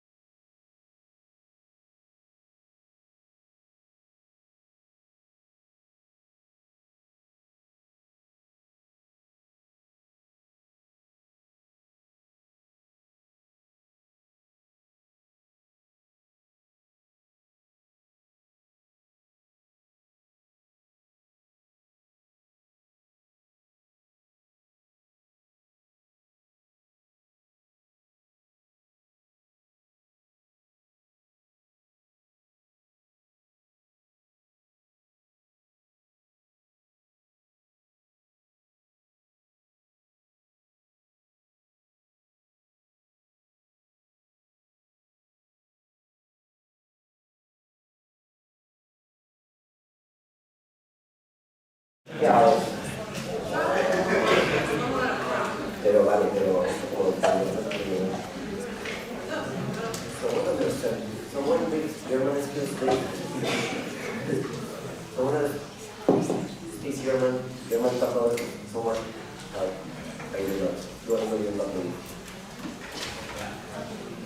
That's it? No one? No one? Yeah, but you have to go, that's fine. What are you doing?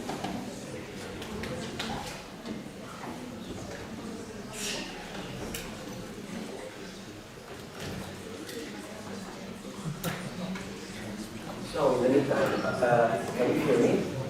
Okay, I cannot hear you. Some things to say. From the end, they are proposing quitting the point of the National Assembly candidacy since the not the local candidacy was received.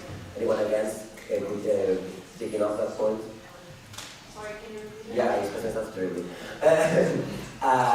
There were no candidacies for National Assembly, so they want to take off that point of the order of the day. Everyone's okay with that? No candidates last night. Apart of that, we are putting the real time in the agenda. I was changing them as we developing the assembly reforms, but I had to put it in other places, so we are working on that. And also change of the dynamics. Now it makes more sense that you read your own questions. So I will call you and you will be able to ask your question. Please speak up. If not, we have a microphone, but please speak up because it will be better for the development of the assembly, and then you can engage better with the speakers because it makes so much more sense. I think that's everything. Now we are struggling some things that. Ale. So.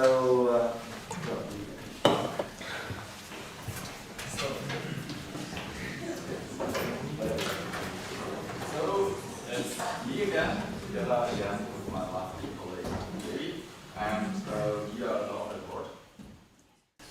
And actually, we have third person with us also. First of all, I'm Oliver. I'm the main audit. Yeah, David, the lead audit, together with Stephanie, the other lead audit, my brother Paul, who is right now not here because he is working. He will join us later. And as you might have seen in the agenda, later on we will have we have an application for financial audit, and therefore it looks like if this application is approved by you, we will be a full team again.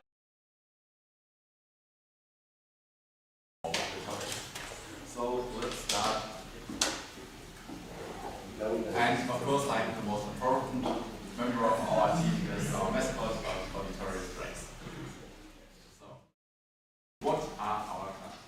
Yeah, so we are providing mainly legal guidance and the sections. Obviously now, from the perspective of getting a financial auditor or ESD, we're also there to answer financial questions that you have, or maybe just questions about the structure, how you should organize your association or anything else. You can contact us on the presented email here. The communication with us is always confidential, so you can be assured that we are not sharing any information out of the conversation unless you specifically allow us to do that in case it becomes necessary for proceeding with your task. And yes, another big of our works is the conducting of the audits of the National Board. As we know, at the end of their mandate, they have to be released from their obligations, and therefore we conduct an audit on their workings, present that to you as the members, and then you can decide if they fulfill their job in expectations. Furthermore, we are ensuring adherence to the standing orders and statutes. We work a lot with those legal documents, specifically me as the legal audit, together with Severin, but Ollie also is well informed about all that stuff. So in case you ever have questions about the legal documents of ESN Germany, or maybe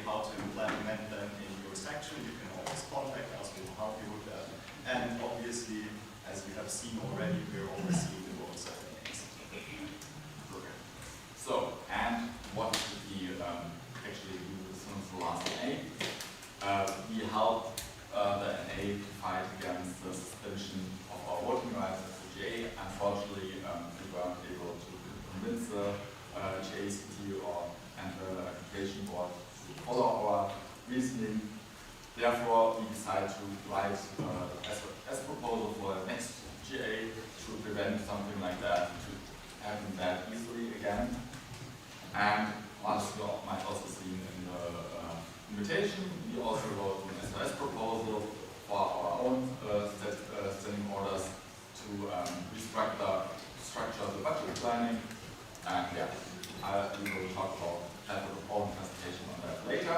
And of course, there was also the working group of the NAnu structuring we supported. And we also now working on updating the NDA for the national level, since there was some part missing. To specify that maybe the NDA is the so-called non-disclosure agreement, and it goes or regulates how we are dealing as an association with sensitive data, especially data protectancy is a big topic here in Germany, therefore it's really important.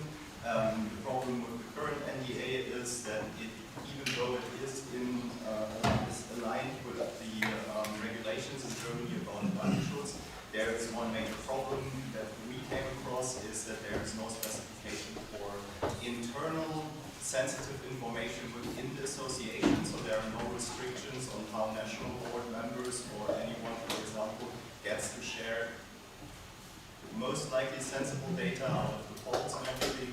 And I spent a lot of time in the last months reworking the NDA so that this will be included. And then, as you probably all saw our mail, we also monitored and acted on the treasurer situation, but we will have a presentation and a discussion about that tomorrow. So I think we will elaborate on this background. And we are not alone. We get supported by the audit team, and we invite everybody of you to join the audit team. It's like basically you just have to have a kind of interest in financial and legal topics. There that we use to give us sometimes advice on legal or financial questions where we don't really have the knowledge on to want to have further opinions on it. And also right now we are also working on projects. For example, right now the audit team together with the AD is working on the finance working group to inform you more how to establish and register an association. And that's basically all of it. Thanks for so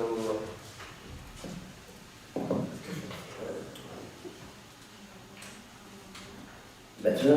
Oh, so much better. What are you doing?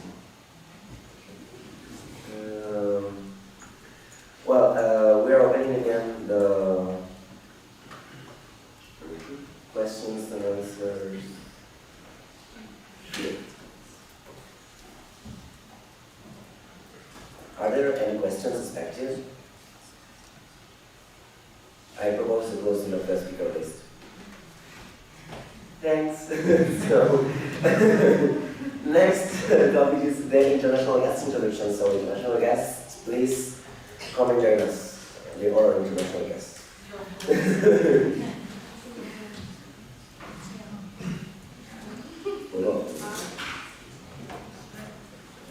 Vamos, vamos.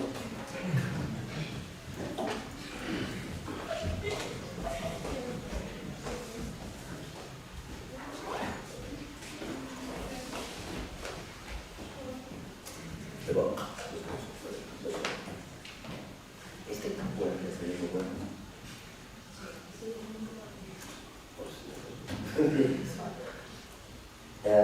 What are we here for my television? Yeah, I don't know. Terrible.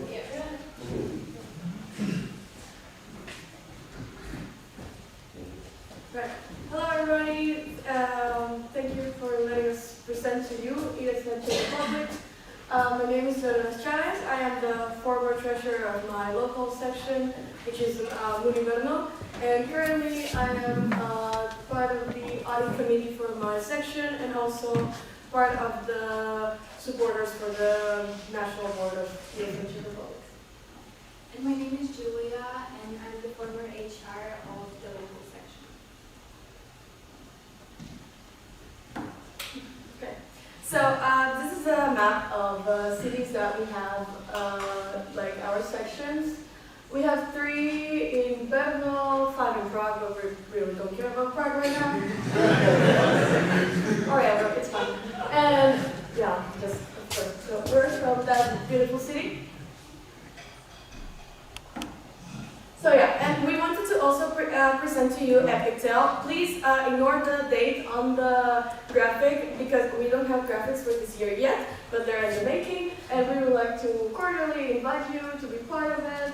It's our national event. This would be the 2nd edition this year. And yeah, you can see some details, and there's more info coming on February. And it would happen right there where you see the tiny, tiny circle in red on the map. So pretty close to you guys. Way closer to you than Brno actually, so yeah, okay, thank you. Yes, and I want to talk a little bit more about our local section, which is NAnu in Brno. And we like to call ourselves International Board ESN-CZ because in our board we didn't have a single Czech person.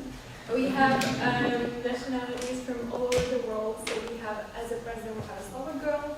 Event manager is also from Slovakia. Our secretary is from India. I'm from Ukraine. Our treasurer, Morana, is from Honduras. And our vice is from Finland. And communication manager is from the Philippines. And the second picture is our team building.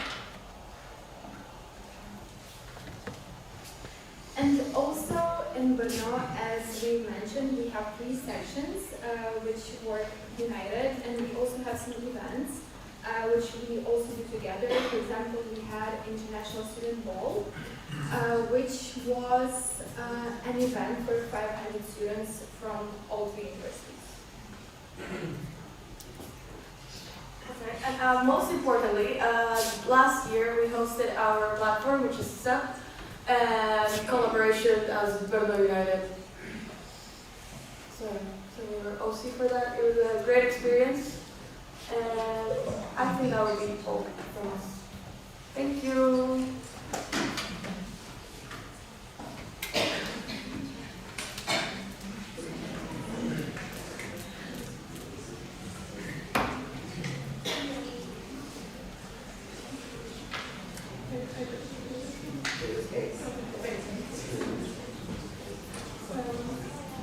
Hi, I'm Franzi from ESN Denmark, or ESN in Denmark, and I want to briefly talk about our NAnu and my local section.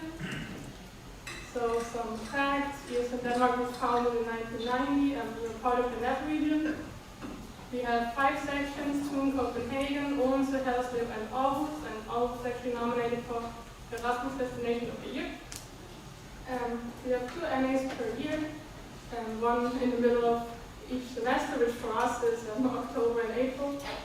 And they only take 2 days, and we're like 50 people, so it's a little smaller. ESN Denmark is also mostly internationals. Most local boards don't have any Danes, and the national board only has 1. Yeah. Then my local section is ESN Odense, and we are located in a fairy tale city.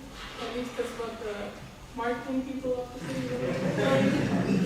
They call it that because the fairy tale author Hans Christian Andersen was born there, and his story of the ugly duckling inspired us for our mascot, Hansi. We are the 3rd largest city in Denmark with only 200,000 people. And ESN was founded in 1991. We are the largest section in Denmark according to ESN card sales, even though ESN Copenhagen is linked together. And we recently won the ESN Denmark Award for Best Event for us bringing 200 volunteers to a festival we have in Denmark. We do it every year. And our biggest partner, as for probably most sections in NET, is Time Travels. They organize trips to, for example, Iceland or Norway for the students. And we actually have their record for the longest bus trip for our trips to northern Lapland, which took 33 hours on the bus. Not in some Lapland, so now they take a ferry.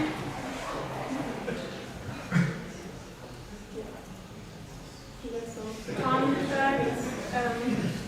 Here in Denmark didn't have a mascot for a long time, and then they found Porky the pig again somewhere.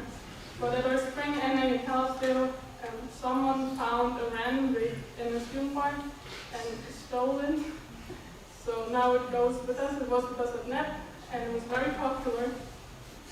So apparently the other sections all asked our president to bring it to other international events.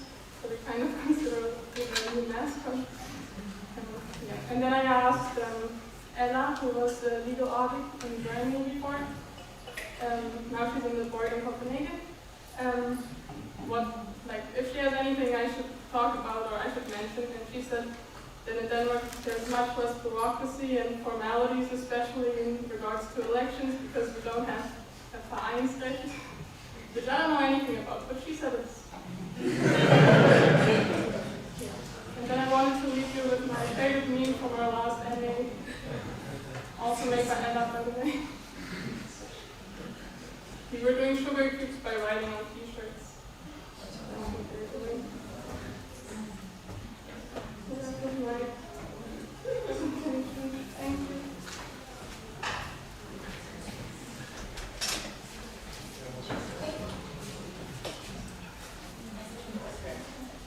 Yeah. Well,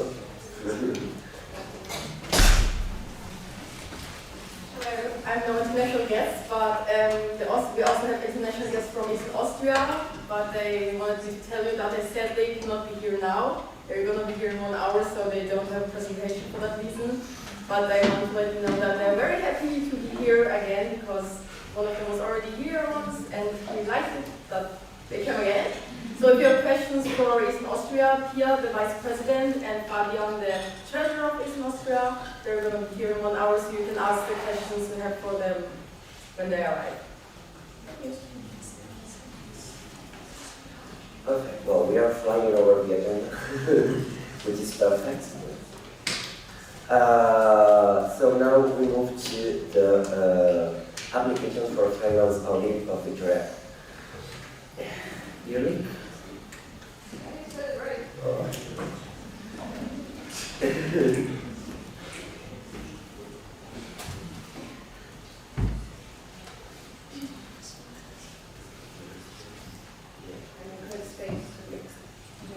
Hello, as introduced, I'm Victoria, and as mentioned now and earlier by the AD, I'm applying for the financial auditor. And let me tell you first a bit about myself, and then a bit about why am I applying.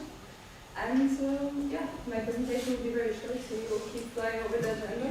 That's a good point. So about me, I'm from Berlin. There I study at the HWA, which is Hochschule für Wirtschaft und Recht, if anyone's interested.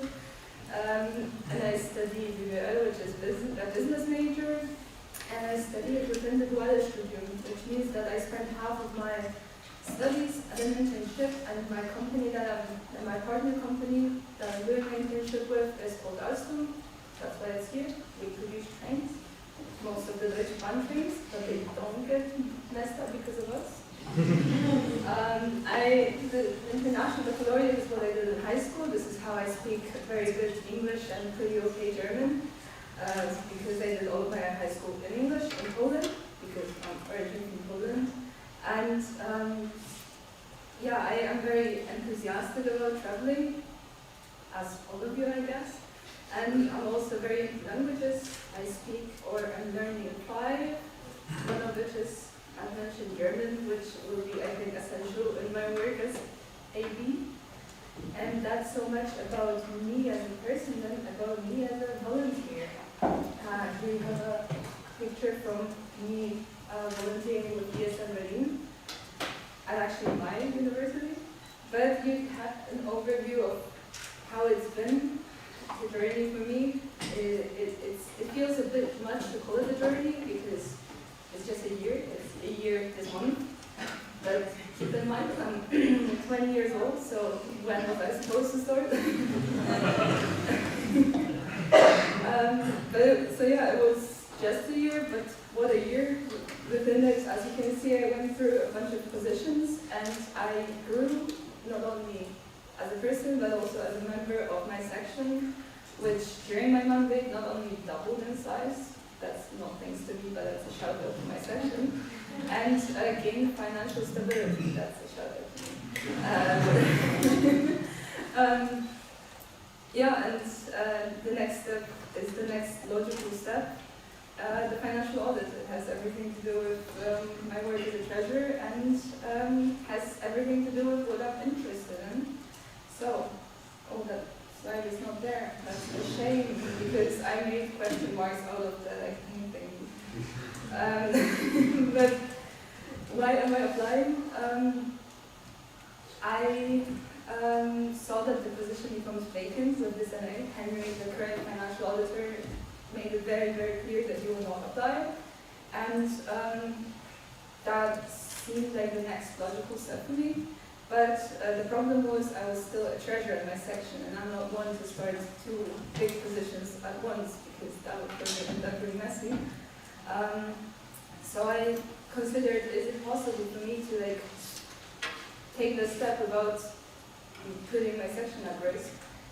And it turned out that, yes, it is very possible because I started a finance team within ESN Berlin, talked to them, they were both interested, small team, they were both interested in taking over as treasurer, and I promised to be as supportive as possible as a financial auditor.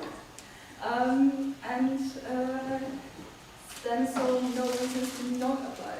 So here I am, and I hope to join the AD after this weekend. Thank you.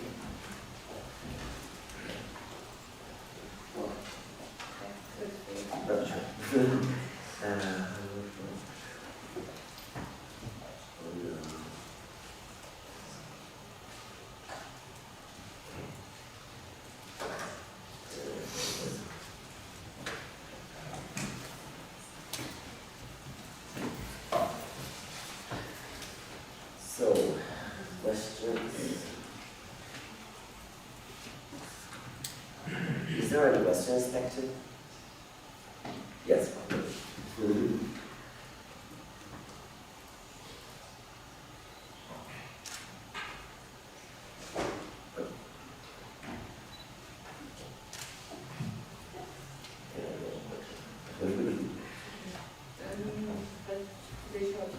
Again, you have to show it.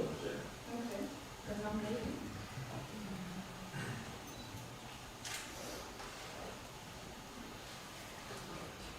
Yeah. I'm doing that, yeah. You should play some elementary music.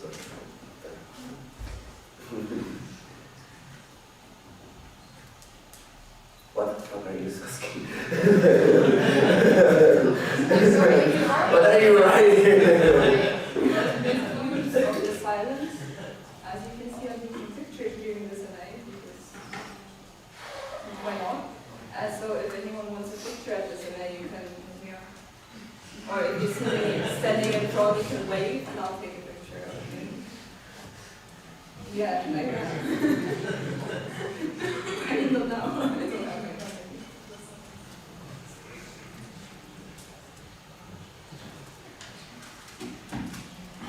Yeah, did not say that. And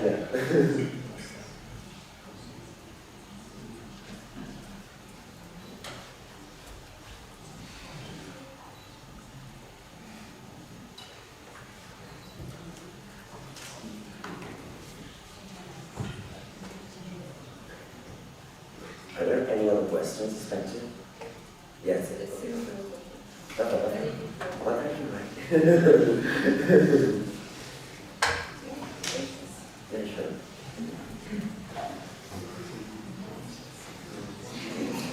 Oh, okay, perfect. Vale.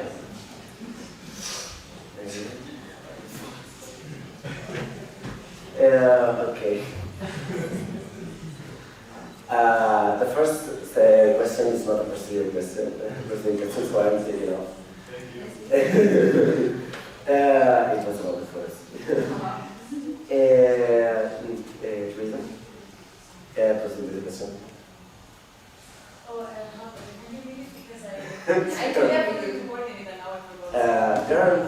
I'm gonna try to express myself correctly. There are no cash audits or financial audits happening at this NA due to lack of access to the data. Do you have a plan on how to move forward? How do you think this will affect your work? Well, if it doesn't move forward, I think it will affect my work negatively, but I am already in contact with Henry because that was an important part for me to decide whether I want to do it, talking to the current financial auditor. And he said that there isn't really much he can do about it because that's on the treasurer's side. So I will just hope that the treasurer situation has a successful result that makes the work of the financial auditor possible. Yeah, so I will work as soon as it's doable. Okay, so I'm not sure the next question is a relevant question for the candidacy. So I'm keeping it up also. I can add to the previous point. If you look at the portfolio of the financial auditor, there is a bunch of things there, including also helping out sections as a financial auditor in finances. So I obviously will not do anything until data is available, but I will just do all of the other parts of my job that are doable at the moment. But I am just positive about doing it. Catherine? What do you think is going to Name and section, please. Catherine and me. What do you think is, I don't know about Hungary, what do you think is going to be your main focus as a financial auditor? I have a bunch of ideas. I don't want to put them into my presentation because then they're like promises. But what I saw as a treasurer a bit missing is like guidelines for treasurers. For example, the tax declaration or application for the life funding. So I am considering starting like working groups because I also talk to people, especially Sven from ESNQ, who is the treasurer there, and we had the idea to start it, but when you're doing the treasurer's job, there's just so much you can do. So we did in the end.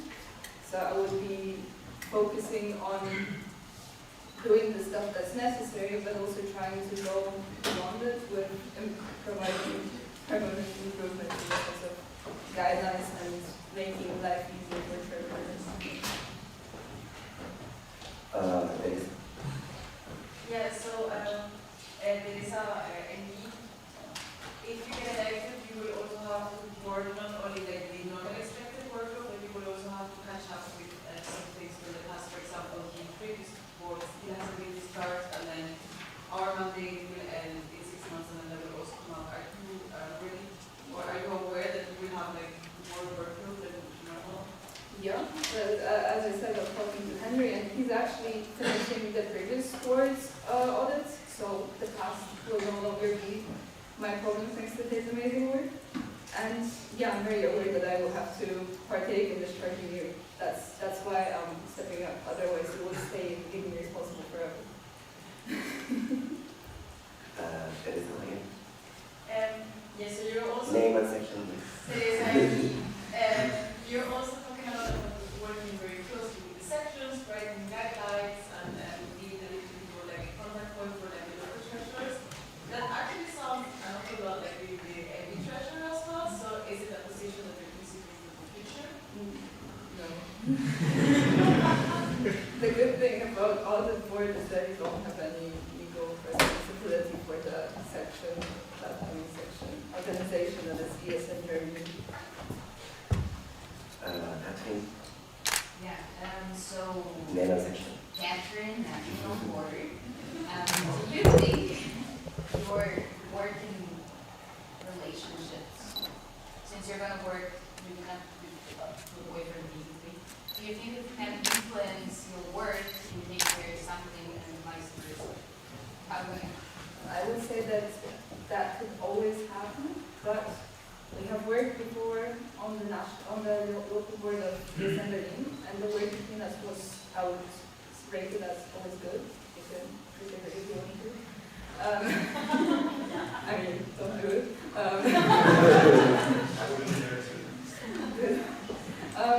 And I would just say that I believe that we're both professional enough to not let personal issues get in between the audit board's work.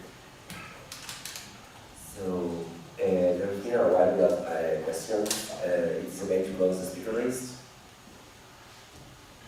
Okay, so next point in the agenda. Thanks a lot.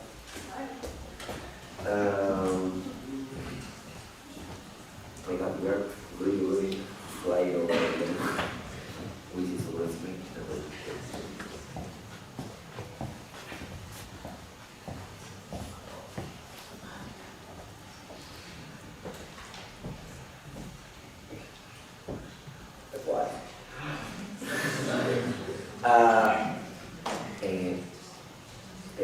I see you have a vote here, but there's no presentation again.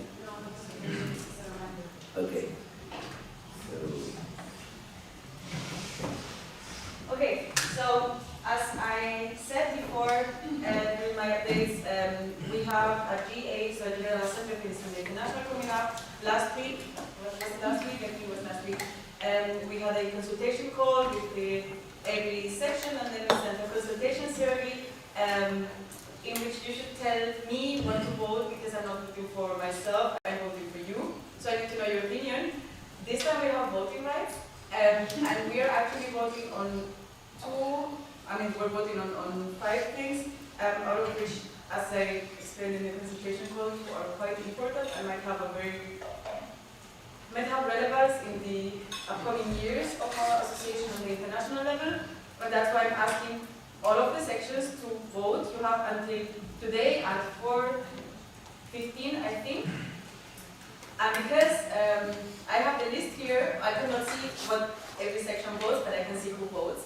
And we're going to do my favorite thing, public shaming. So I am still waiting for the vote from ESM Bayreuth, ESM Berlin, ESM Bielefeld, ESM Bonn, ESM Frankfurt am Main, ESM Frankfurt Oder, ESM Freiburg, ESM Gießen, ESM Greifswald, ESM Hildesheim, ESM Ingolstadt, ESM Kaiserslautern, ESM Karlsruhe, ESM Koblenz, ESM Landau, ESM Lübeck, ESM Mannheim, ESM Messamini, ESM Pforzheim, ESM Regensburg, ESM Siegen, ESM Stuttgart, ESM Dresden und ESM Wittenherdecke. If I mention you should vote right now before 4 p.m. since only 22 out of 46 sections are voted, so please. Yes.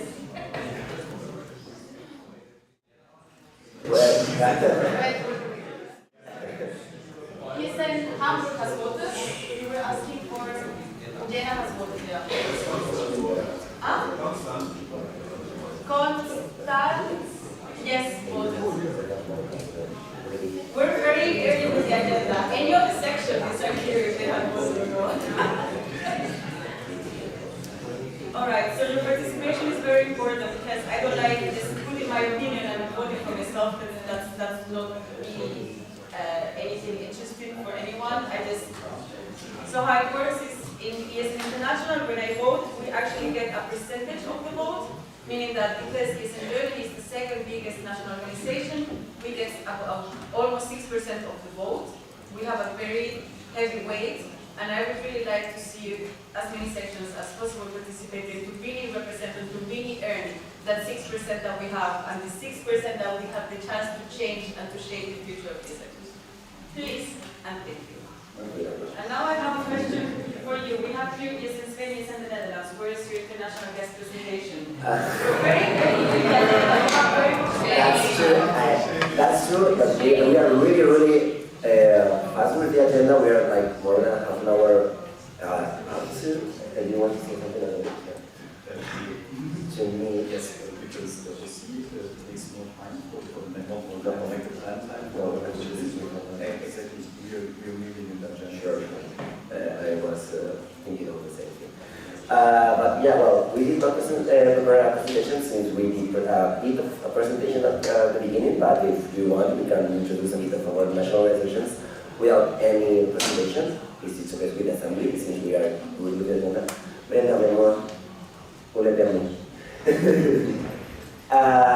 Okay, so we started the technical channel. We are both from ESM Spain, and well, we also share one of my sections, ESM GCM Madrid. So we can talk about both, actually. ESM Spain is not as big as ESM Germany, because you are 43. Yeah, Franklin B. We are only what? A bit of an introduction of ESN Spain. Yeah, they asked. We are moving to the national version now. We want to get it done. Yeah, well, after. Yeah, we are 38 sections. In Madrid, there are six sections, but they collaborate. We get to have our own financial really nice because we have a lot of great partners, so they pay us a lot, and the university too. And I don't know what this one. Oh, if you ever get to see someone from USM Madrid or a mascot is a dog, try to kill it, please. I hate it so much. It's not a dog, It's a goose, okay? A goose. But it's an ugly dog, so. As we have six sections in Madrid, we try to coordinate kind of a national assembly. We have our own assemblies of the six sections. I've been chairing that assembly a couple of times. We're like 300 volunteers. Yeah, we're only 300 in Madrid. And that's a way that we are organizing sections, cities with more than 2 sections. For example, in Valencia, we have 3 sections. And we are trying also to implement this kind of working with having assemblies of the 3 sections so we can improve our coordination. They do it also in Barcelona. There are 4 sections and they do have their own regional assembly, we usually call them. So yeah, ESN Spain has a really big and powerful structure. That's why we usually hear people from ESN Spain do not really engage on ESN international affairs because we don't really need to go there to explore all the parts of ESN. But well, some widows as I am do get that. But yeah, our board is a bit smaller. We have a president, 2 vice presidencies, as they do at the international level, treasurer, secretary, which again is mandatory in Spain, and communication manager. Yeah. So yeah, but that's kind of yeah. And if you want to introduce a bit of lesson.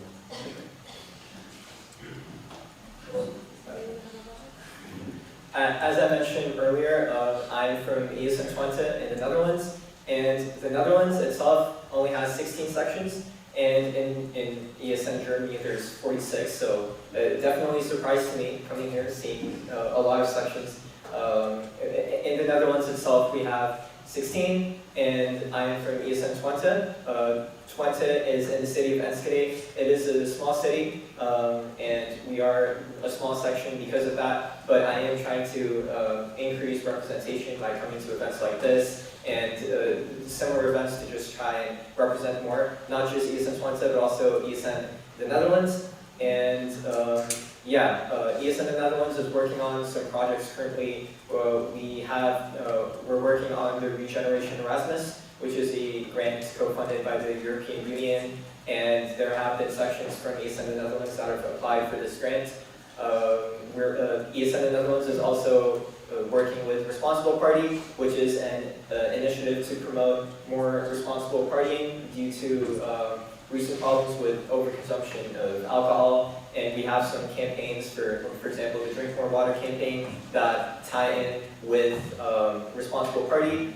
And last week we had our own NA in which Max was present during that NP. It's funny because he came to our NA first, and now I'm here at his NA, so really nice to be here, and really nice to have you at our NA last week as well. And we had our first National Assembly in October, and that is pretty much it for in ESN the Netherlands. Just a brief summary of the country and my section as well. If you have any more questions about ESN the Netherlands or my section in particular, feel free to ask me about that. And I am interested in more collaborations with ESN Germany, whether it be sections or the delegation of ESN Germany itself. In December, my section, ESN Twente, already had a collaboration with ESN Cologne, where we organized a Christmas markets trip to Cologne, and Cologne helped organize a city tour for us. It was incredibly successful. The city tour was great. We had a great time working with ESN Cologne, and I'm looking forward to future collaborations similar to this with my section. And if any section is interested in collaborating with ESN Twente, once again, please, you can approach me anytime. I'll be more than happy to work with you, and we can create a collaborative event or whatever you're interested in. So now we are moving, as audition board already said, we are not having lunch now because it's super early. I'm from Spain. I usually would have lunch at 2. So, no. We are skipping for national merge, which I don't know where it is. Not legal. Catherine, please, join me. Where are you?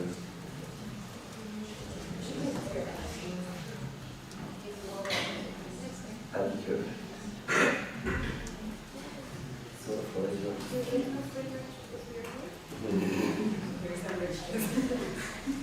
All right. Hello again. It's this time when me and the PR team decided that it's worth talking about the national merge and going to present you the ideas that we have. It doesn't mean that it's already in production, it doesn't mean that we need to pay for anything, it's just the ideas and the thought of asking you and your opinion on that and what you think about our ideas. So one time in the group chat I wrote, oh, I had an idea of creating these German contemporary tutus, what do you think? By being inspired of the board, of course. And they're like, oh yeah, please, yes, let's go. So we actually did them. We did some designs for the contemporary tattoos, but this is not the only kind of merge that we want to introduce to you in Germany. So these are the designs that we had in mind for the tattoos that you may have yet, hopefully at the next day. Then the other thing that we had in mind are the reusable bottles, because we want to remain sustainable. So we had the idea of doing one, we're not sure, there's one design without the logo, another design with logo, so everyone knows how cool we are, right? Because we're big in good vibes in Germany. We also had an idea of having mugs, so it's going to be either mugs or bottles, because you will see the budgets as well, or like approximate prices and costs that I found. Yeah, so there's good mugs. And I have also lighter ideas, and actually I did find the website where you can order lighters with bottle openers. So we were thinking of actually getting the lighters with openers. So you have a lighter and there's an opener. I got this inspiration from ESN in Poland. Yes, so we would have 2 kinds of them. And then also we thought of doing the card decks. This is a pretty expensive thing, so that you can have your own playing cards, and then you can bring them somewhere, and then you're like, oh, you have your Germany playing card decks. I never heard about it from NAnu, so we thought it was a pretty cool idea. Of course, we also had ideas of having like hoodies and t-shirts and everything, but we thought of something smaller for now, and maybe something that could be still useful. And yeah, let's talk time. So this is all approximate, and also we will need to see how it aligns with our budget of ESN Germany. Because also, of course, we will need to ask you who wants to order and how much of what. This is why I got very rough numbers that you can see on the slide. And about the playing card decks, so again, it's an expensive purchase, although it's cool. So I think that it's worth writing individually and ask for an offer, making a partnership, I don't know. Yeah, so this is why the amounts are so small for now. And actually, there is not much to say about this. But if you have other ideas, or if you feel like you're very motivated to help us design the merch, join our team and help us designing this Germany merch. You can also join only for the merch, so that you don't have to be part of the PR team. You can be just like a part of the committee, because in PR team we have 4 committees, so we can do a merch committee as well. So if you feel inspired, or if you feel like you would like to contribute somehow, someone, or just show your ideas, please, we'll be very happy so that we can start working on this, and at the next NA we already can have the merch that we can distribute to you, or in case you will need orders, and you can have your orders. This looks weird. Oh well. That's it.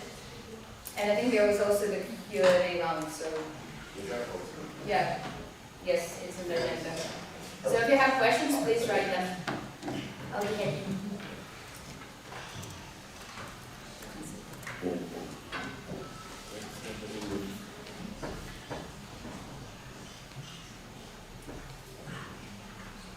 Okay.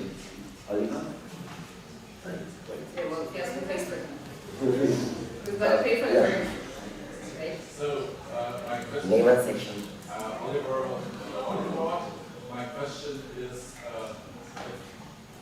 does the section order the merch from you, or do you buy the merch and then out of the national?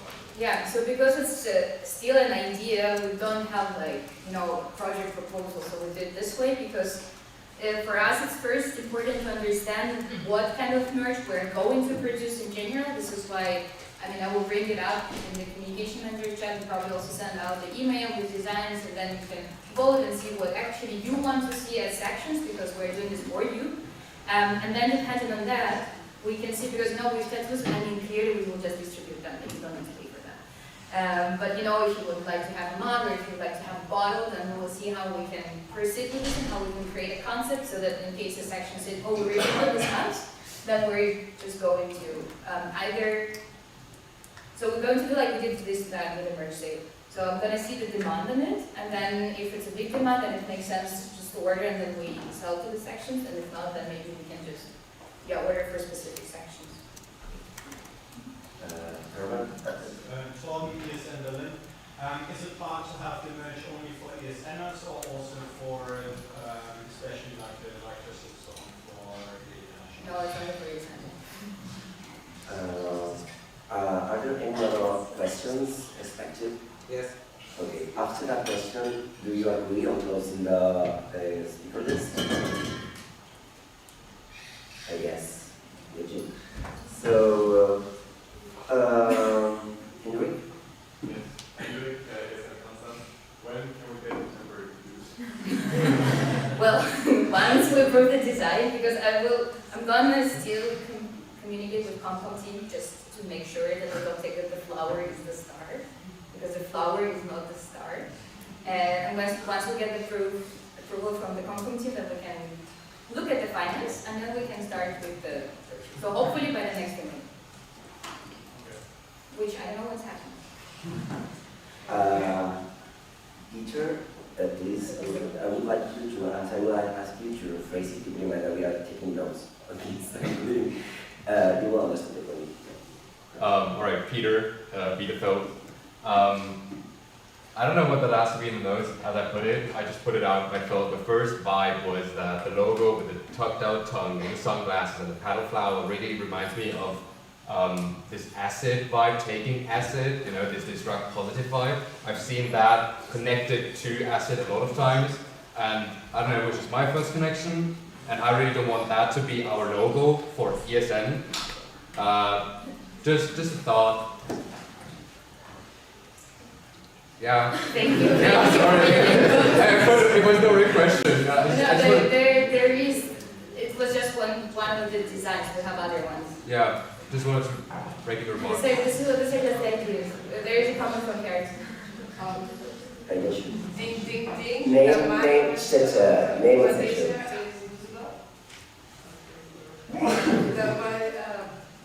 the inspiration behind the fact that it's like sparks, vibes, and the mood is and it gets like these things around the 80s vibe with the big fit and the hat, the glass hats and stuff like that. Maybe it's that.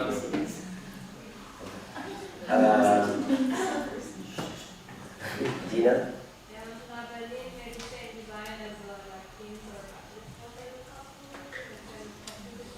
Do you mean by badges patches? Yeah. Absolutely no patches. Not in my memories. Funny. About the other pins, I'm not sure.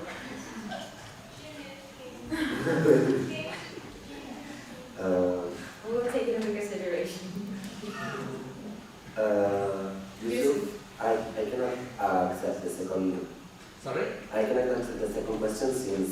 close the speaker? Yes, I sent it before, sorry. Okay, perfect. Okay, my question, sorry, Yusuf Hannover, my question was the PR team supposed to be a role model, like using the Vim guide and not violating the rules. And I saw clearly at the beginning that many rules were violated. Like? Sorry? Like? And send your question and then. And they were not like this conform. So how do you think that sections are supposed to take this topic seriously if the PR team is not doing this? Well, can you give me an example of the Vim violation? If you go back to the representation, Can we go back to the presentation? I don't know how this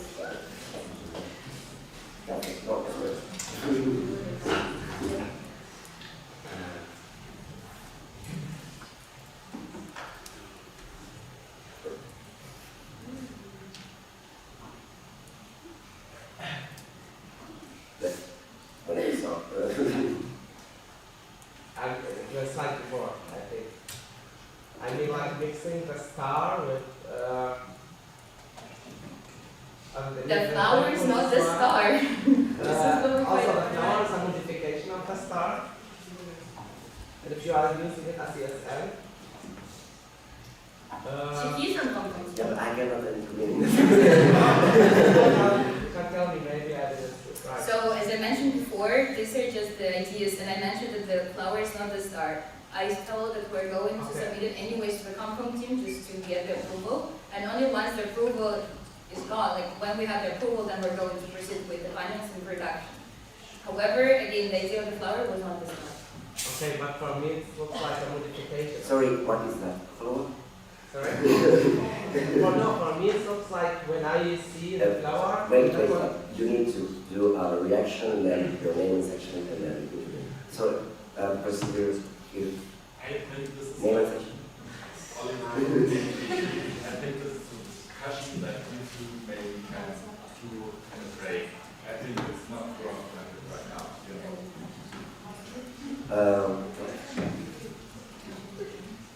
Cool. Sure. Yes, the reaction. The only thing I want to stress about your question is the fact that the role model part of it, given that, first of all, there are no Vim violations in that, the idea comes behind the fact that you take it as a joke, if we joke all together, maybe it sinks in, and it's still a way to, I mean, there have to be dictators in order to present their role or meet the role of that. And any other follow-up or so? No? Great. So that's it. Thank you. And now we are good to go home at lunch, but where's the other? Almost ready, but can already do the break time. So, lunch break now it is. See you after at 2:15.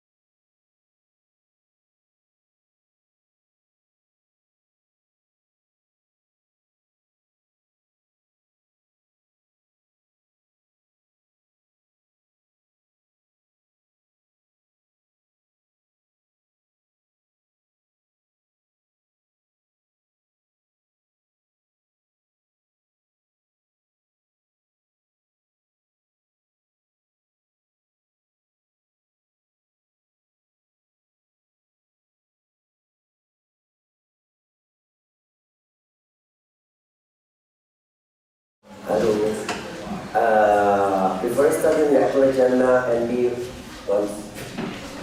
I want to say something.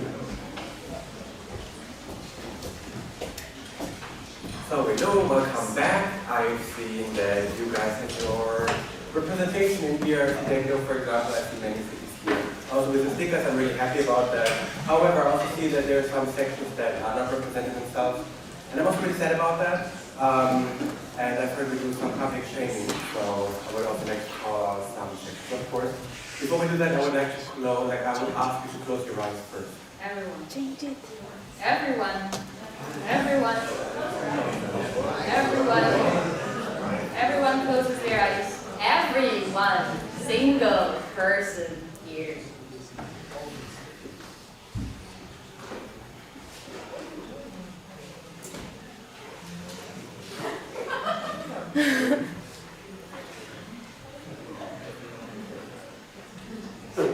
Okay, now we are in 3, 2, 1.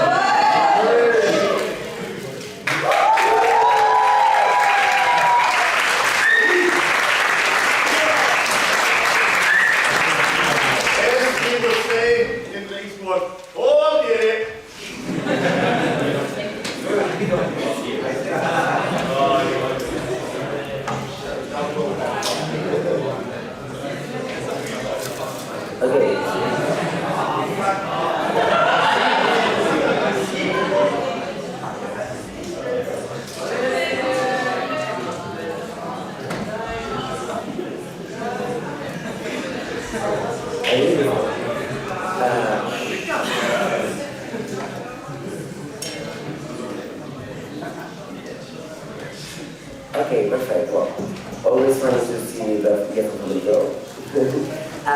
So now we start with the MB structure proposal. Yeah, I was telling you not to sit because you have to come back only you. Okay. So,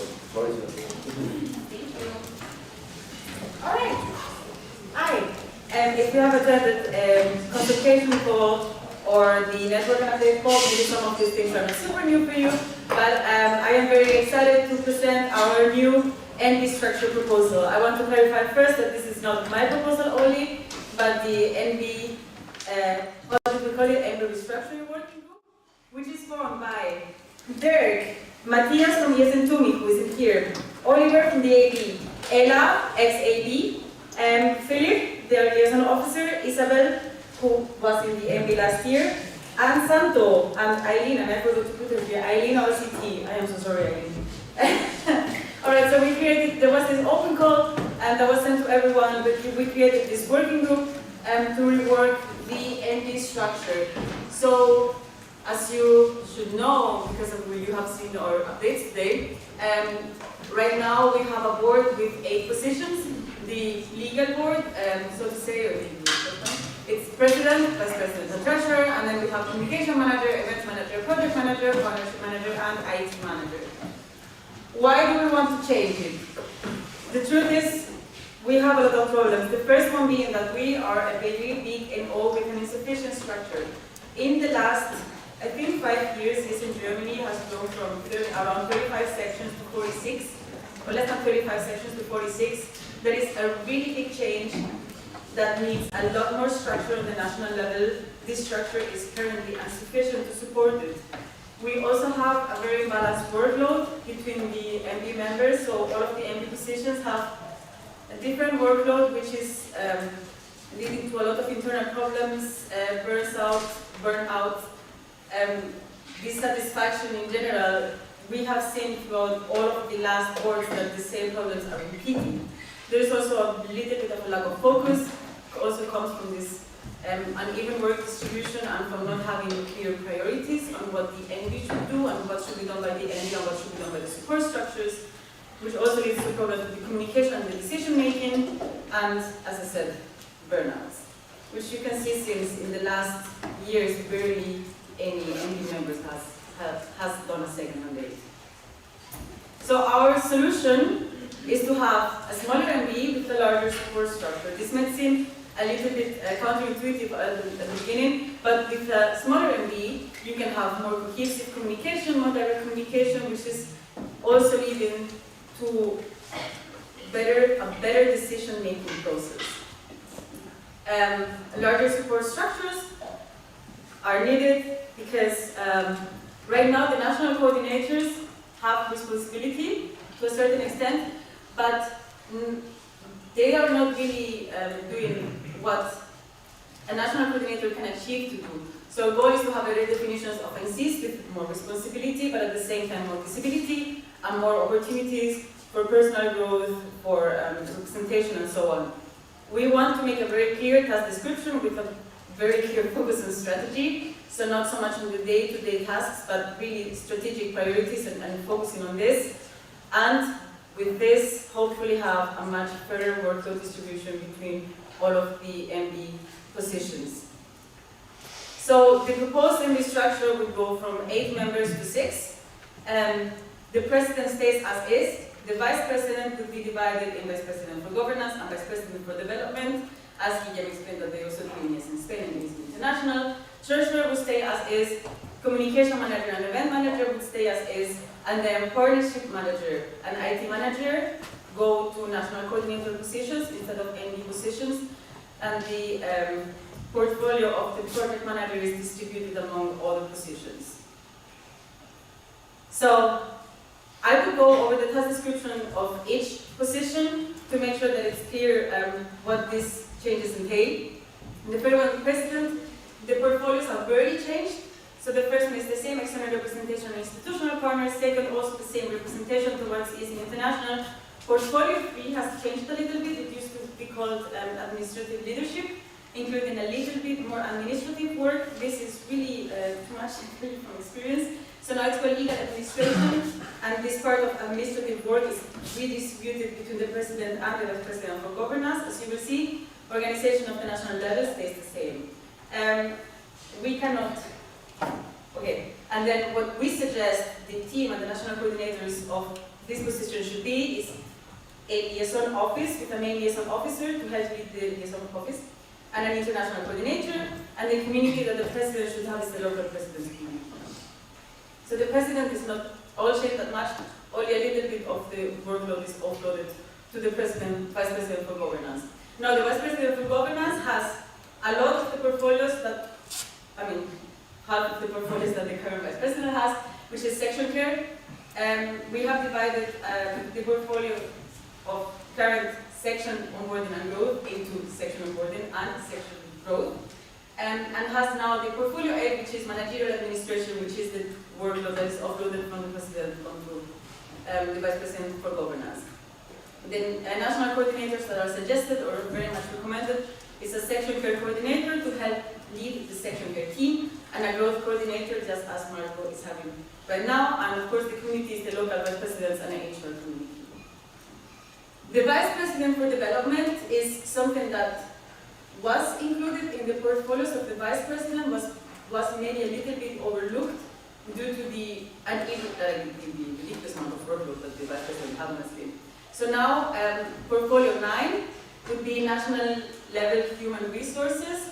So it would be like the equivalent of section care, like seeing problems, but everything is working, communication, but on the national level, right? So making sure that the NB communicates well with the national coordinators, with CT, AB, that there's a smooth workflow, which is something that we're really missing right now in the national level. We are not as big as we should be, and we already have internal HR problems. We really need, in order to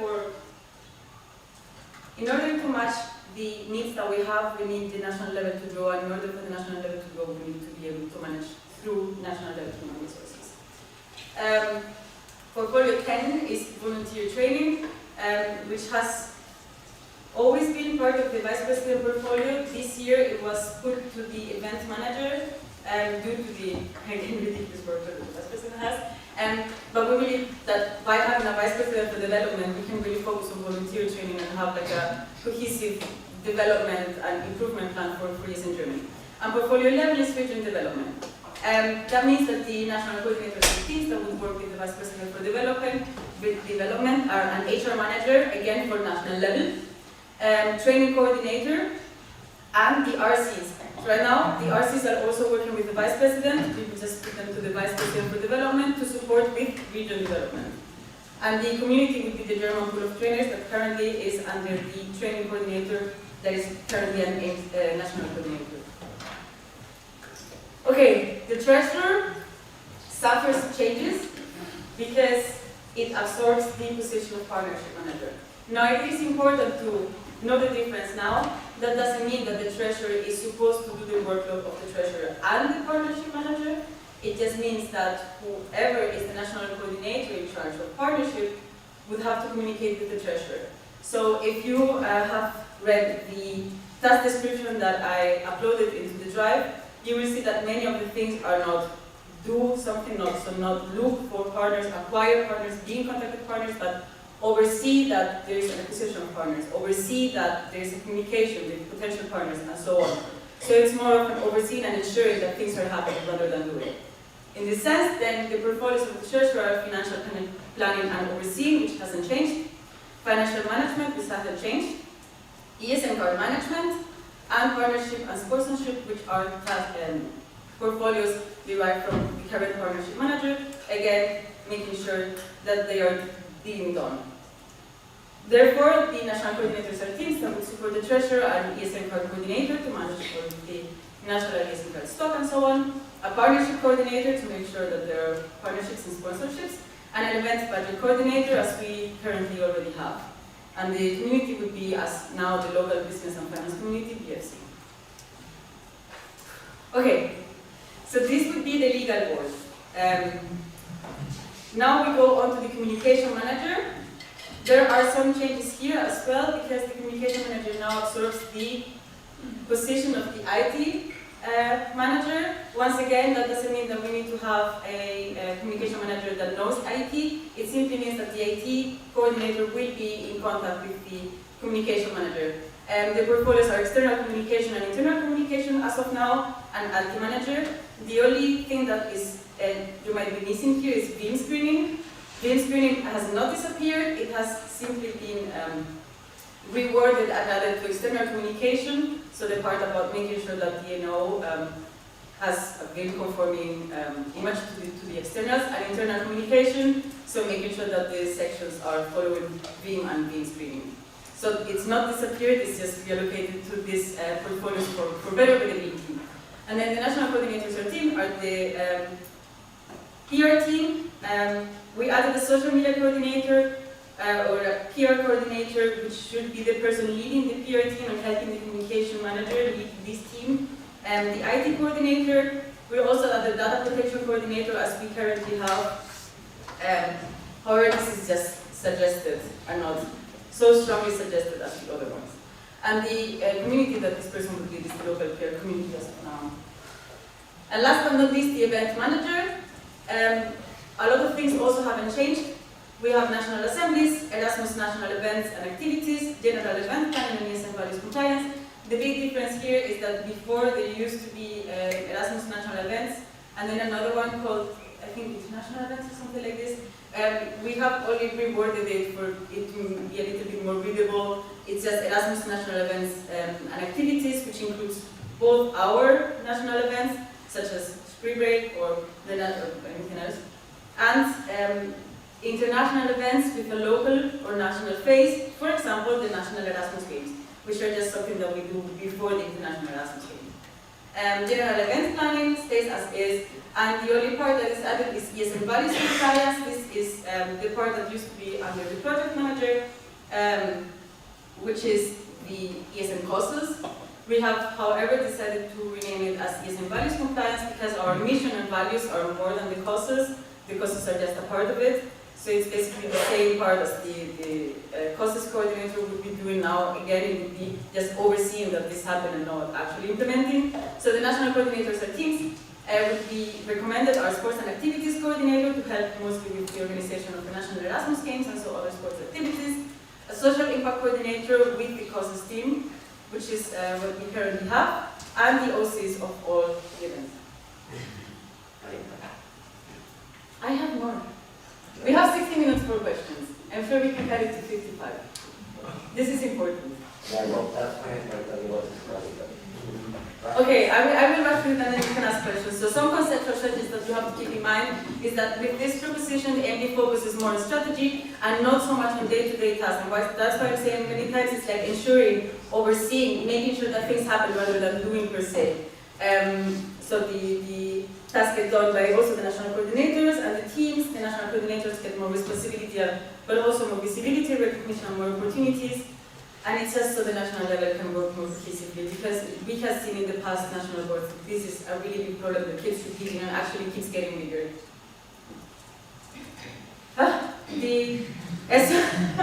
Okay, so these are the actual SOS changes that you have received, so I will just go over them really quickly. This is just adding vice president for the governance and vice president for development, removing partnership manager, project manager, and IT manager, adding the vice president for governance and development to the legal board, adding a definition of the recommended or strongly recommended national coordinators to the ONU, by saying that still more national coordinators can be named, so to add some flexibility.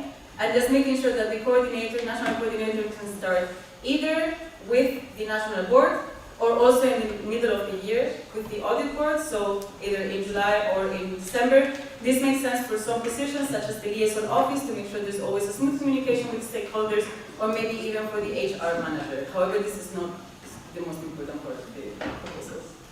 I am done.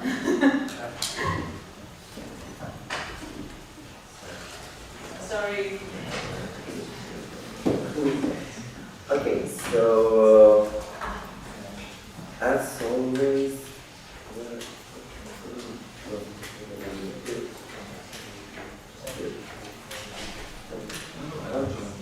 okay, so Thurman? Yeah, Tom is in Berlin. So you presented in the task description of the VPs for VP of governance, like both of the network and also the section care in some sense. How that is that not overlapping with the regional development? So what's the difference between those tasks? Of course, they're overlapping, that is true, and I am pretty sure that both of the vice presidents will work together. I also see that there will be the overlapping, but I think the goals from both vice presidents will be different. As a governance vice president, I can imagine that you can collect all the things together and also try to find solutions. But I can also imagine for the development vice president to find, for example, workshops or something to make it sustainable. As in, like, you have a problem, how to overcome it, what to do for it.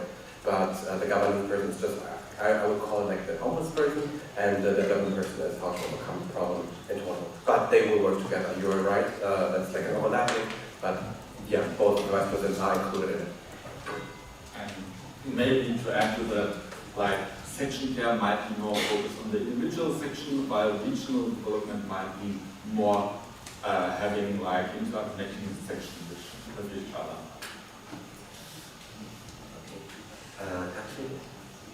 Yes, so I received plenty of questions from Saura, so they're coming from him, not from me. I'm just going to read as he is voting, right? So the first question is, how does it align with the organization's priorities to propose removing the IT manager from an NP position? Considering the importance of IT in today's operations, including the revenue in international operations, could you please provide justification for this decision? Okay, so this is one of the things that I thought, this is why I made emphasis on removing something from the ND. Doesn't mean that this thing is not there anymore, it just means that it is reallocated So we are not removing IT management from ESN Germany, we're not removing digitalization, we're basically removing it from the NB because on the day-to-day, the IT manager does not have too much input on strategic decisions and planning. It's more like day-to-day tasks, it's more like completion of things to do. And we think that having IT manager in the board is actually adding overhead to the work of the IT manager, whereas this person could just focus on their work as a national coordinator. And it also really goes hand in hand with this idea that we have, that is make a smaller MB, but also not have the MB here and the national coordinators here, but really make sure that the national coordinators have as much responsibility as the national board, just a different set of tasks.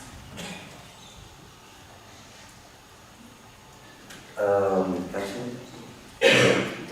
Only 2 questions per person.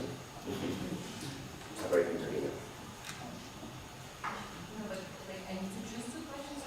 Yeah, you make 3, you can only make 2 of them, and you can add another one after. Okay.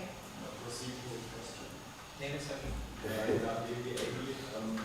As she's delegating the question for Saura, I don't think that it would technically count as a question at first. No. Sorry, what? It's not first question, it's a question that she's asking in the name of Saura. So I think we shouldn't limit her questions to 2, because she's delegating questions for someone else. If the AB says so, I don't really. Okay, so you're free to go. Do you want to read the question? Yeah, so can you clarify the rationale behind placing the IT coordinator position under the communication manager who has no expertise or responsibility in Nigeria later on?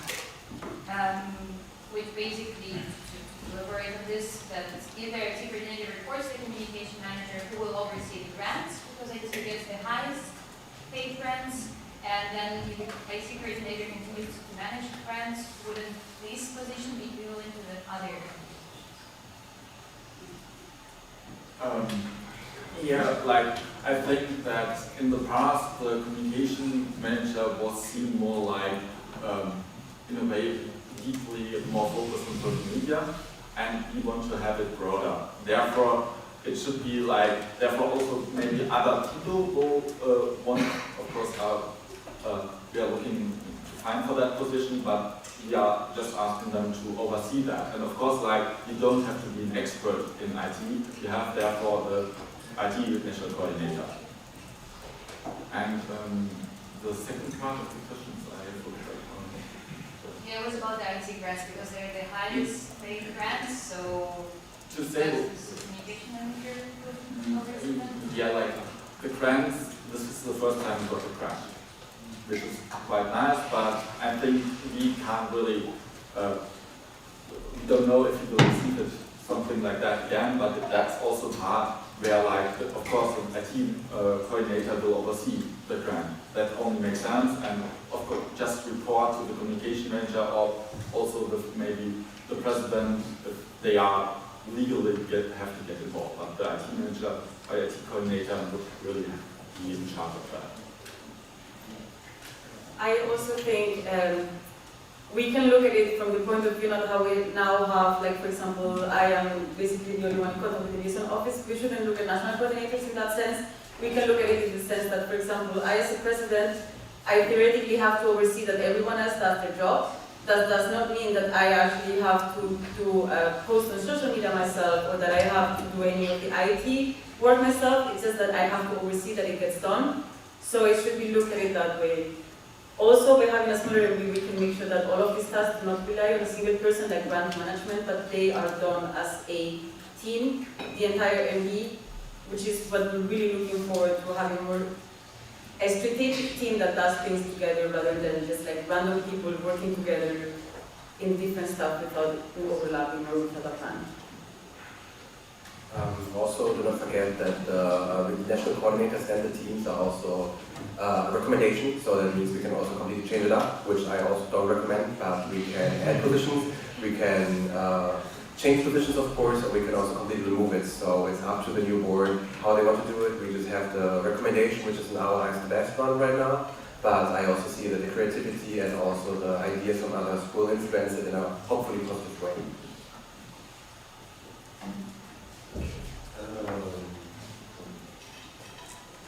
Calvin? Yes, Calvin is and consultant. So the biggest part, as I see it, of the workload of the treasurer is in accounting, which is working like alone and not managing people. But you added to the portfolio quite a lot of managing. So did you consider maybe adding national coordinators that helps with accounting? Because you kind of separated that and you kind of try to separate the tasks. Like he said, this is like just a recommendation, but of course, like if that's a valid coordinator to add. So I will write it down. Thank you. Maximilian. Yes. Yeah, Max, national level. So with the removal of the project manager, maybe I missed it, but who will take the responsibility of working on grants? Also given that ESN International is pushing more for projects and grants, where is that going to go? The thing is, the product manager position was introduced only 3 mandates ago, and I think all of the project managers until then have said that this position is not super well done because it relies, we have the thumbs up from there, it solely relies on the fact that grants should be given to the project manager, which might happen, might not happen.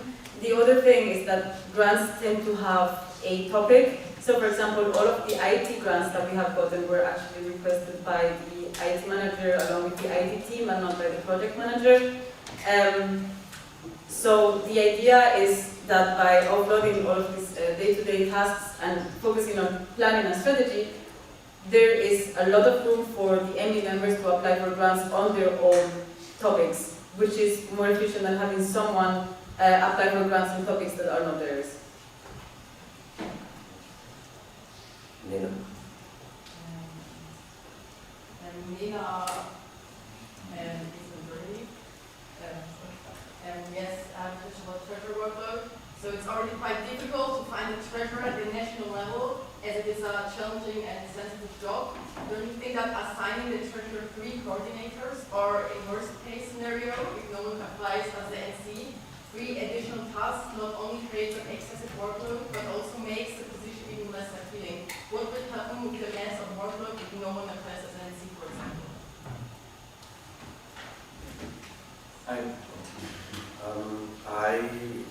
I hope I can give you a good answer.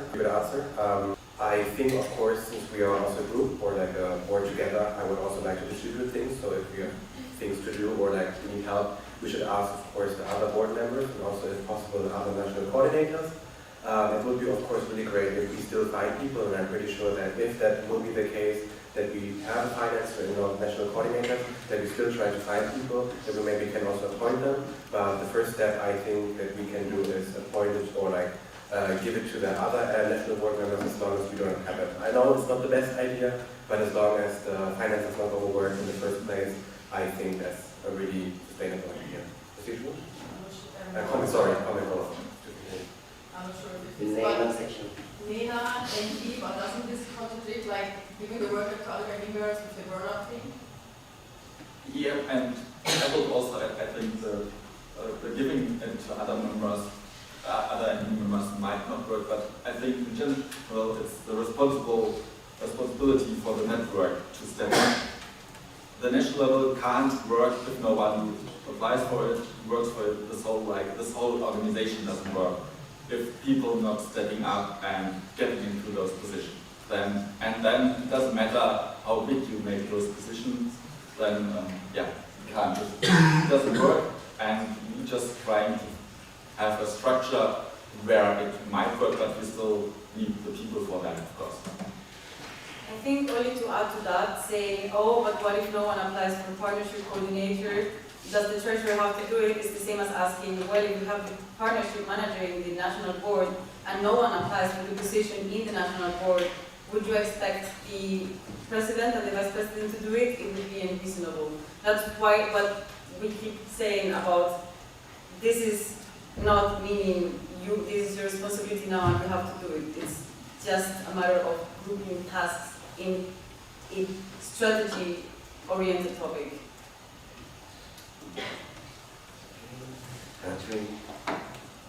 So, Is that a question by Sarah or by yours? Then you, Sarah already got 2 questions.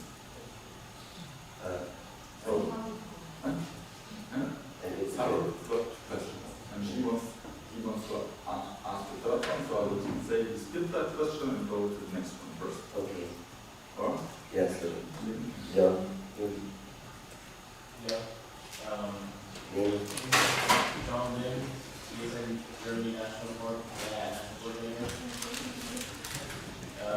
In the list of national coordinators, sponsorship coordinator wasn't there. I was wondering if this was intentional or a mistake, or if there was a necessary reason for not to do it.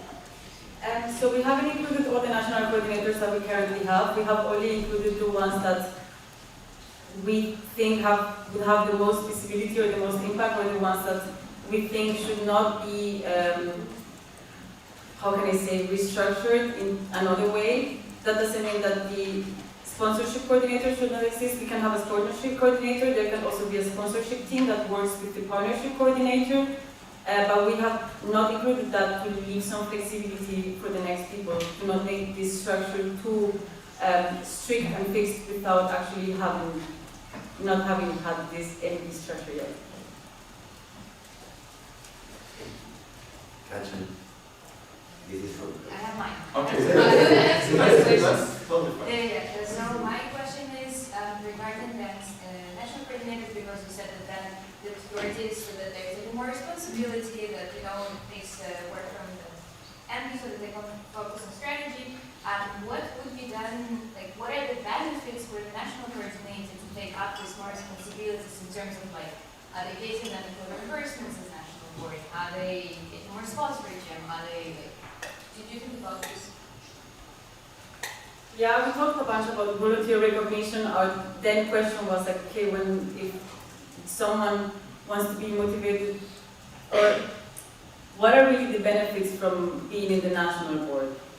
So we think the benefits are not so different, but the national coordinators would get, first of all, more visibility, so they would have more opportunities for personal growth, personal development, learning skills, really getting a lot of experience, and of course getting certifications and so on. The idea would be that the national coordinators would also receive, for example, a bigger compensation for coming, or bigger reimbursement for coming to national assemblies, but of course that's not something that we complete in this proposal, because that depends on the budget of every year, and that ultimately depends on the national board that do it every year. Yeah, I would also add that we don't have a final answer for that, but we see, of course, there needs to be improvements in the recognition for the national coordinators, and I think that's something that we should start working on. But we don't have a definite answer for that. It's just I think that we as a network also have to come up. Exactly. One of the parts of the long-term strategy that we are very slowly working on is also improving volunteer recognition, both for sections, for individual volunteers, but also for national level volunteers. So this is something that we just need to do entirely as an NAnu. From ESN Berlin, how does the event manager differ from the other, or from the removed position in terms of the strategy focused versus the execution focused? Because we don't see the event manager as someone who has to organize an event, but as someone who has to plan which events are beneficial from the network, which can be brought forward, which will be maintained, or managing the OCs, managing the knowledge transfer, making sure that there is improving and better documentation and knowledge transfer throughout the network. We think that the event manager, as was described, was already quite a nice position, and we think there's not that much of need to change it.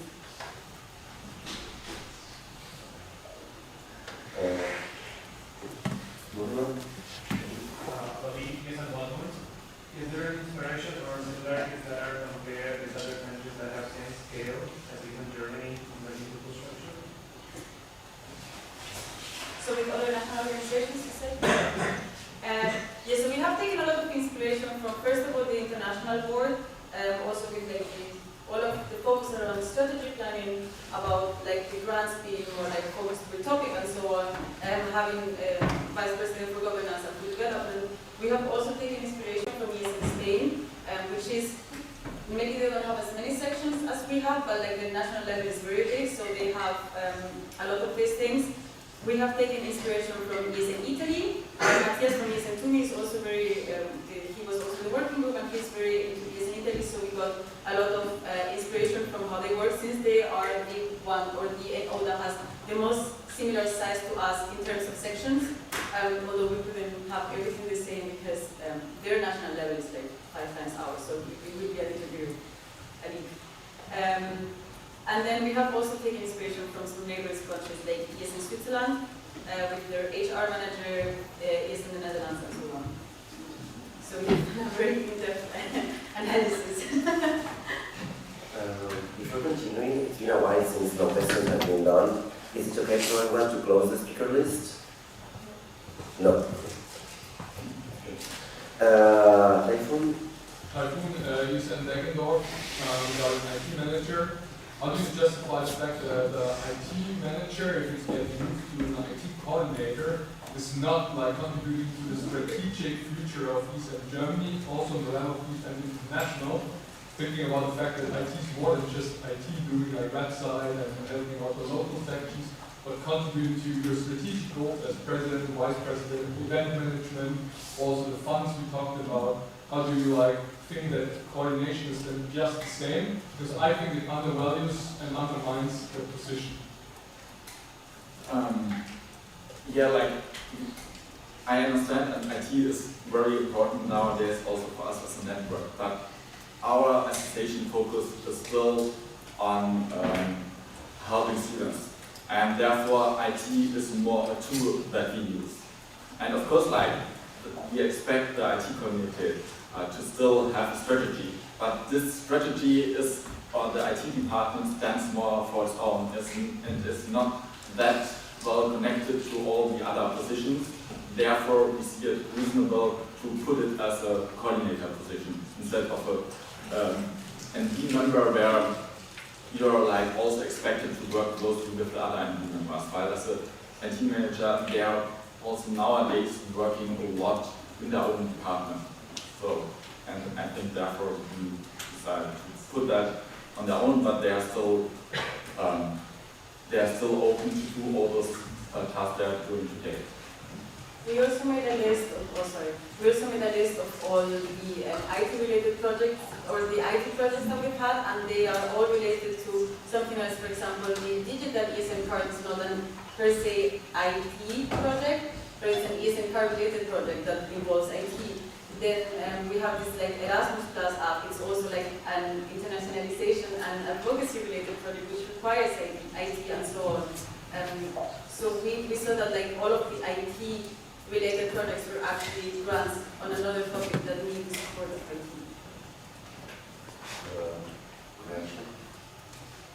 Yeah, comment about the question is also that Yeah, with the Christian is sorry.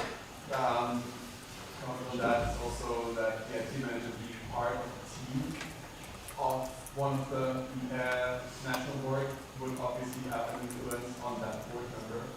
So if the IT manager has serious concerns about strategy, they can always bring it up with the national board member. Exactly, and you bring in a very nice topic that is that right now all the national coordinators are always, for example, invited to the NB calls. However, they rarely join unless asked to or unless they have a very specific topic to talk about. The idea will also be that national coordinators feel also that they can be proactive and that they can have their own initiative and come up to NB meetings and discuss all of these things without having to be tied to this very specific task that they don't really talk with anyone. John? John, ESN card coordinator. So my question is in a similar vein.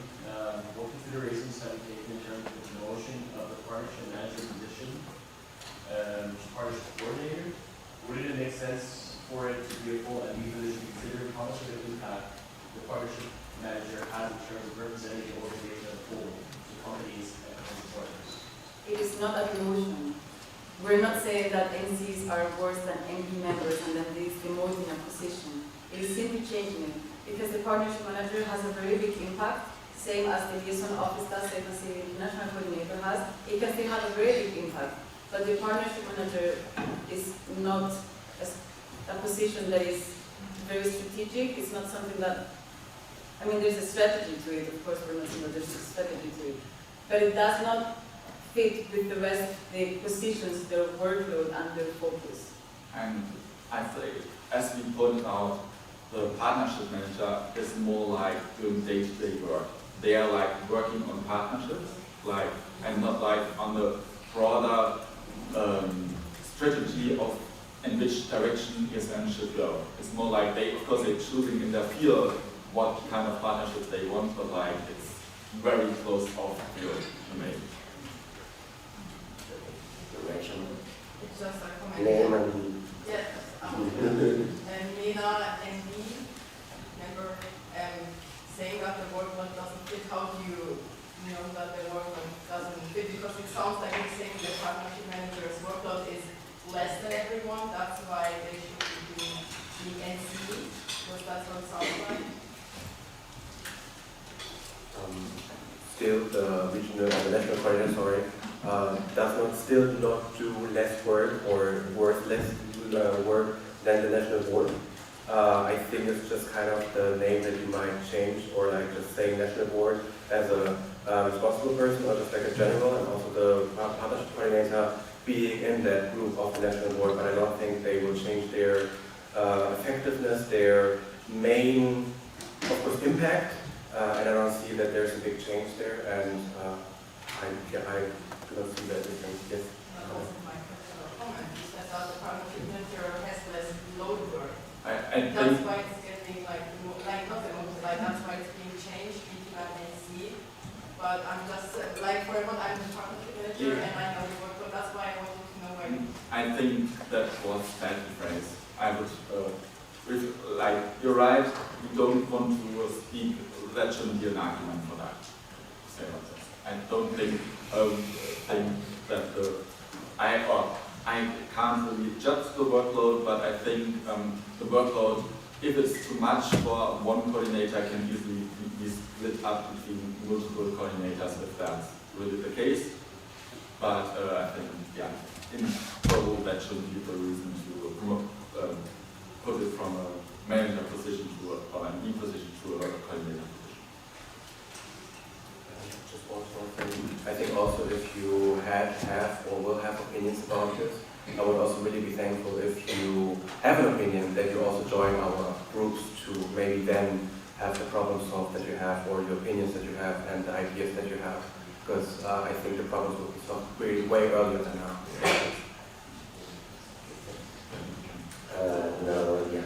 Again, first keeping on, I would like to propose the closing of the speaker list. Any other questions are going to be no. So if anyone is against, these are going to be the last questions in this point. Catherine? Yes, Thank you. So the question for myself is related to the communication manager position. So there's a kind of reply, but I want to paraphrase it, so there's actually an answer. Now in the communication manager portfolio, there will be the IT management, which of course means no matter if there will not be IT management in Germany or if there's no IT coordinator, if the proposal is approved. Still in the communication manager portfolio, it will say that the communication manager needs to provide sections like on local level, the national level, the IT support, the hardware and everything, which of course they don't have to, but like how do you mention the communication manager as a communication manager who then needs to put the focus on this as well, if they don't have the knowledge to do it? No, that's say like the MP members should more overlook those tasks. Of course, they should provide it themselves. They should more like connect the IT coordinator with the sections, or help the IT coordinator to provide that to the section, but not themselves. It's also the idea, for example, that in the future the communication manager shouldn't work so much on like the social media presence, but more overlook those tasks. That's also like development more focus on strategy and delegating those tasks instead of really doing their work themselves. Maybe I phrased it wrong. It didn't mean like what the communication manager is going to do. In case there is no IT coordinator, then what? Like what's going to happen? Because it's in the portfolio communication manager. It is not. It doesn't say do. If there is no national coordinator, it says ensure that the national coordinator does it. If there's no national coordinator, it doesn't get done. The same that if no one applies for the NP position of IT manager, IT doesn't get done because it shouldn't rely on the rest of the board. Until the board has to find a solution for that. Yeah. But right now, like, we can't work on the assumption that we don't find people for all the coordinator positions. If we don't, then we will need to find a solution, but that was already in the past, the thing, so I don't think that this might be such a big issue. Yeah, but what I'm saying is that it's going to be the portfolio, so technically sections can come to the communication and say, oh, but it's in your portfolio. So you kind of feel like you should do this, you know? No, because the portfolio says oversee, not do. Therefore, sections come to you and you say, there's no one that I can oversee, therefore my job is done, it is not my position to do. And let's say, I think it's like, I think they can help as far as they can. And if they can't, then you have to find a solution with it. But like, it's just like, yeah, it doesn't mean that you have to do that and you have to do as far as you can do that. And if you just say, sorry, I can help you with that IT problem, then so be it. But we should also have an IT team, for example, which might then can step in if you don't find a coordinator, something like that. So this is like just a proposed potential case. And, yeah. I think all of these questions come from this structure that you have right now, that the national board or not, an NB member has a national coordinator assigned, and then this national coordinator only works with this NB and has the responsibility and everything. That's also what we're trying to take away. This means that this national board member is the point of contact. For example, the same as Marco is currently the point of contact for the section care. For all the sections, that doesn't mean that Marco has to be the person resolving all of the problems of the sections, rather than he's the point of contact and can direct the information to one way or another. So we're trying to take it more that way.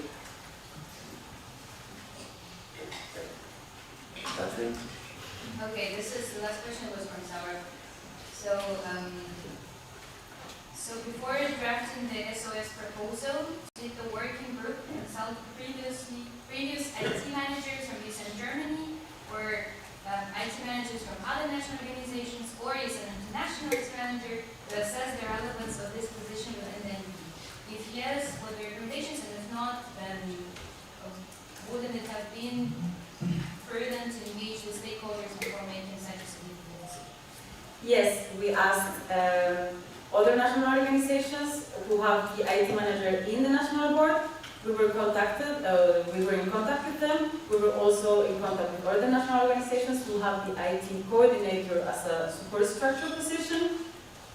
We also made the working group open to everyone. The national board received several opportunities to join it. Whoever didn't join the working group and whoever didn't give their own opinion on this topic, it's not because of a lack of opportunities, it's because they refused to do so. We were in contact with many IT managers and IT coordinators and MDs without IT coordinator to see their experience, and this is the conclusion that we arrived to. No, I'm done. No, it's all done. No, it's all done. Okay, I'm covered. Covered. So let me take them off. So things working good. Next point in the agenda. First of all, yes. The restructuring of the budget planning. Yeah. So next, as the rest proposal now by the audit board. So, like the current situation, it's like we have now currently defined the budget by our financial year or calendar year, which is from the 1st of January till the 31st of December, which means that it's kind of split in the middle of two ND mandates are in it, and it's split right in the middle for both. Then we have right now that the treasurer presents the budget plan for the next year. So at last NA it was presented for 2025 at the autumn NA, and you would only vote on it if the AB rejects it. Otherwise, if the AB approves it, it doesn't vote it. And another thing was that the financial audit was always conducted after the end of an ND mandate. It's also important to note that the budget plan is only an internal tool. We are not legally required to do it. It's more like to check and to have an idea what we want to, what kinds of income and expenses we will have over this period. So the issues we are right now facing is that as a newly elected treasurer, your first task will be to define a budget plan without having much experience with any of that. So you're like, most of them just like copy and paste the one from last year and just put in since you're new and you have to get used to everything first. Then the second is that the newly elected ND in the summer, the first thing they have to do is have to check how much of the budget is left over, since like the first half of the year was already occupied by the former ND, and it can happen that certain budget positions, for example, for ND training, are already used up by the former ND. So the new MD doesn't have any money left. And also for the financial audit, it's always a complicated situation because we have to look at two budgets. We have to also check the previous budget to see how much they have used up. And this also influence that the financial audit takes longer. And also, we have seen in the last two financial audit major issues, but we couldn't, because of legal reasons, we couldn't really have any consequences for those NDs. So these are the issues that we want to change. And so the proposed solution is by us that we want to define the budget plan for an ND mandate, so beginning at the 1st of July and then at the 30th of June. So it's just like it expands, also fits quite well in the whole ESN year, because like in the summer there are traditionally less events and it starts again in November, so fitting quite well. And also one ND mandate has one budget that they have to look at and that they have to care for. And this would of course mean we have to, when we define the budget, that needs to be done by the former treasurer at the summer NA for the next mandate. But that would mean that this is done by a treasurer who had already the experience from the whole year and can work into that and maybe influence that. The new treasurer doesn't have to take care of the whole budget, but can just like at the autumn NA change certain parts that he wants to do. For example, if the new ND wants to have an event, they can just like modify that at the autumn NA, but don't have to rewrite the whole budget or have to write the whole budget. Of course, we also want to have that all budgets and changes to it are voted at NA, since I think this is like the more transparent, also democratic way that you as the sections have the chance to vote on it, and of course like also if you don't feel like it's a valid change, to reject it or change it. Then also another thing that we want to introduce to have more accountability for the treasurer, that they have to give at every regular NA a status report about the income and expenses that are that occurred until then compared to the budget plan to show the progress, so that we as a network also have overview of like the NB is working right and spending the money properly. And that also to reduce the workload for the financial auditor, to like also that they have already a status report that they can work with. So what that would mean for the for the changes in our standing orders, we first of all would put in that the budget would be for the period of the subsequent national board mandate. Then we would also change the dates from September to when the new budget plan needs to be submitted, from September to the 31st of March, and but still keep in 14 days for the audit board to approve it, and would also add that the change must be approved with a single majority at every NA, or the initial budget and every change needs to be approved at an NA. Furthermore, we would add this paragraph that obligates the treasurer to submit an up-to-date report of the status of the income expenditures of the budget plan at every regular National Assembly, and that this report must specify the individual items of the plan and explain the deviations from it. That's basically it. So we can continue to the question and answer. Okay, third one. Yeah, Torben is in Berlin. Without having any clue, does it have consequences for the tax declaration, since our financial year is a classic year, and for example, when you have a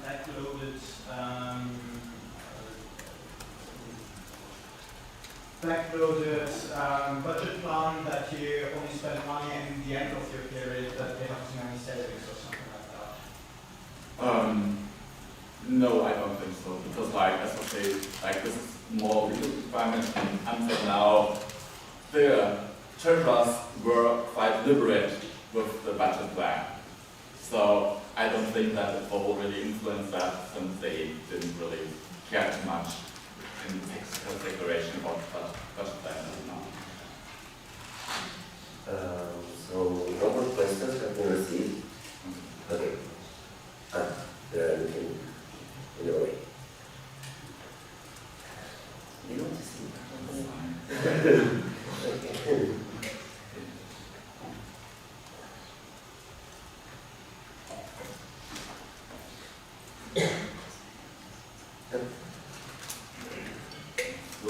Okay. Yes, mentioned in Karlsruhe, question regarding the treasury application for the new agreement. And in the past year that there are some struggles finding the treasurer. If I understand correctly, maybe I misunderstood, with the treasury application for the position in the national board, you also need to handle basically or need have the budget plan. No, exactly not.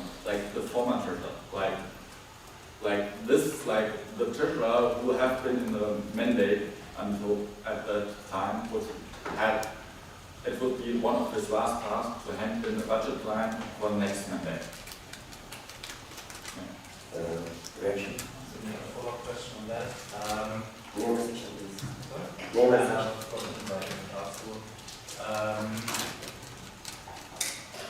I think one of the key points are that the new treasurer should be, the treasurer is working with the budget, he hasn't had time to it. I think this is the examples given with the automatic. That would, wouldn't it make the same point with the, if the old treasurer would, the discussion with the new treasurer, would it just make the same problem over again? Of course, there's a potential problem, but we expect the treasurer to work, give their best effort to make it easier for the next treasurer to have a proper budget line. And from our experience, the budget line haven't really changed that much over the last years. So it's just I think it's more important that the new treasurer has less workload and doesn't have to care to really write the full budget plan and can maybe focus more on individual points that they want to focus in their mandate on, and also focus about all the other tasks that they have. Calvin? Calvin is in California. Kind of follow up to what Torben said, would make sense to also change the financial year to the budget, so we can finalize the year at the end of the mandate. Could be I have looked into that, and that was more complicated to do. So therefore, I think they decided it would be just easier, not to change the whole financial year, just to change the budget plan, and maybe it would be also helpful that to have this this of course in the middle of your mandate, not at the end where you just don't care additionally so much. Could you repeat your James? Thank you very much. Are there any questions? We propose the closing of the speaker list. After this one. Anyone against? Okay. So, yeah. Okay.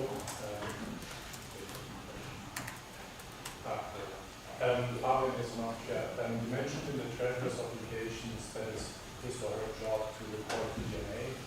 What if the position is not filled? Shouldn't it be more EMD's responsibility then?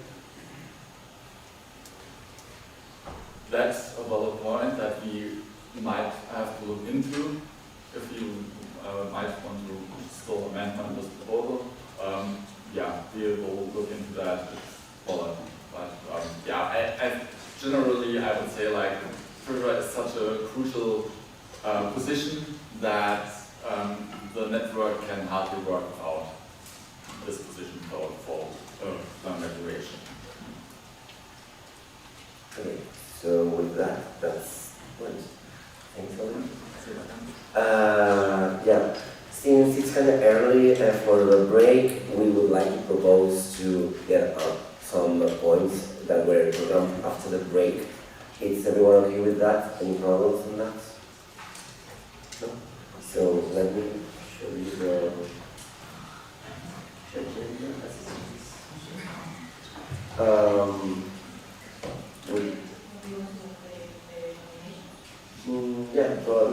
Makes sense to make another SOS proposal. Okay. So proposal mention of RC, which I use the special coordinator. No?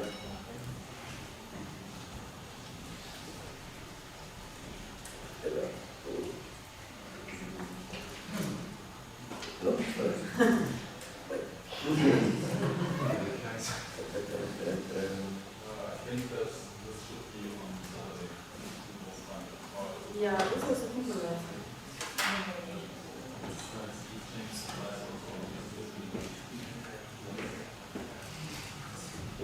Nothing this one. This maybe was supposed to be done.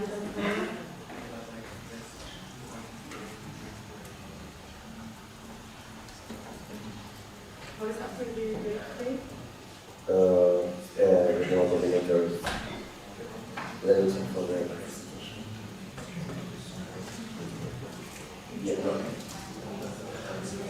It's Friday.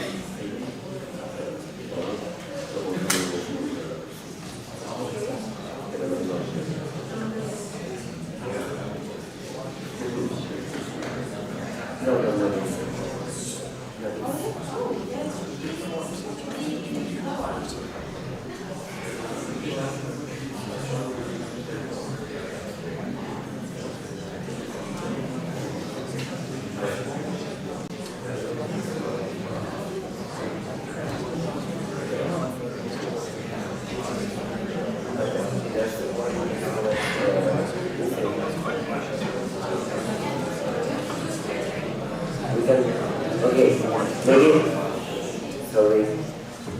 maybe it's easier for everyone to make the spring break update, report now and then, and it's easy for everyone, yes. Paula, eventually we are doing now the spring break report, because I cannot find the presentation. You put it? Should we?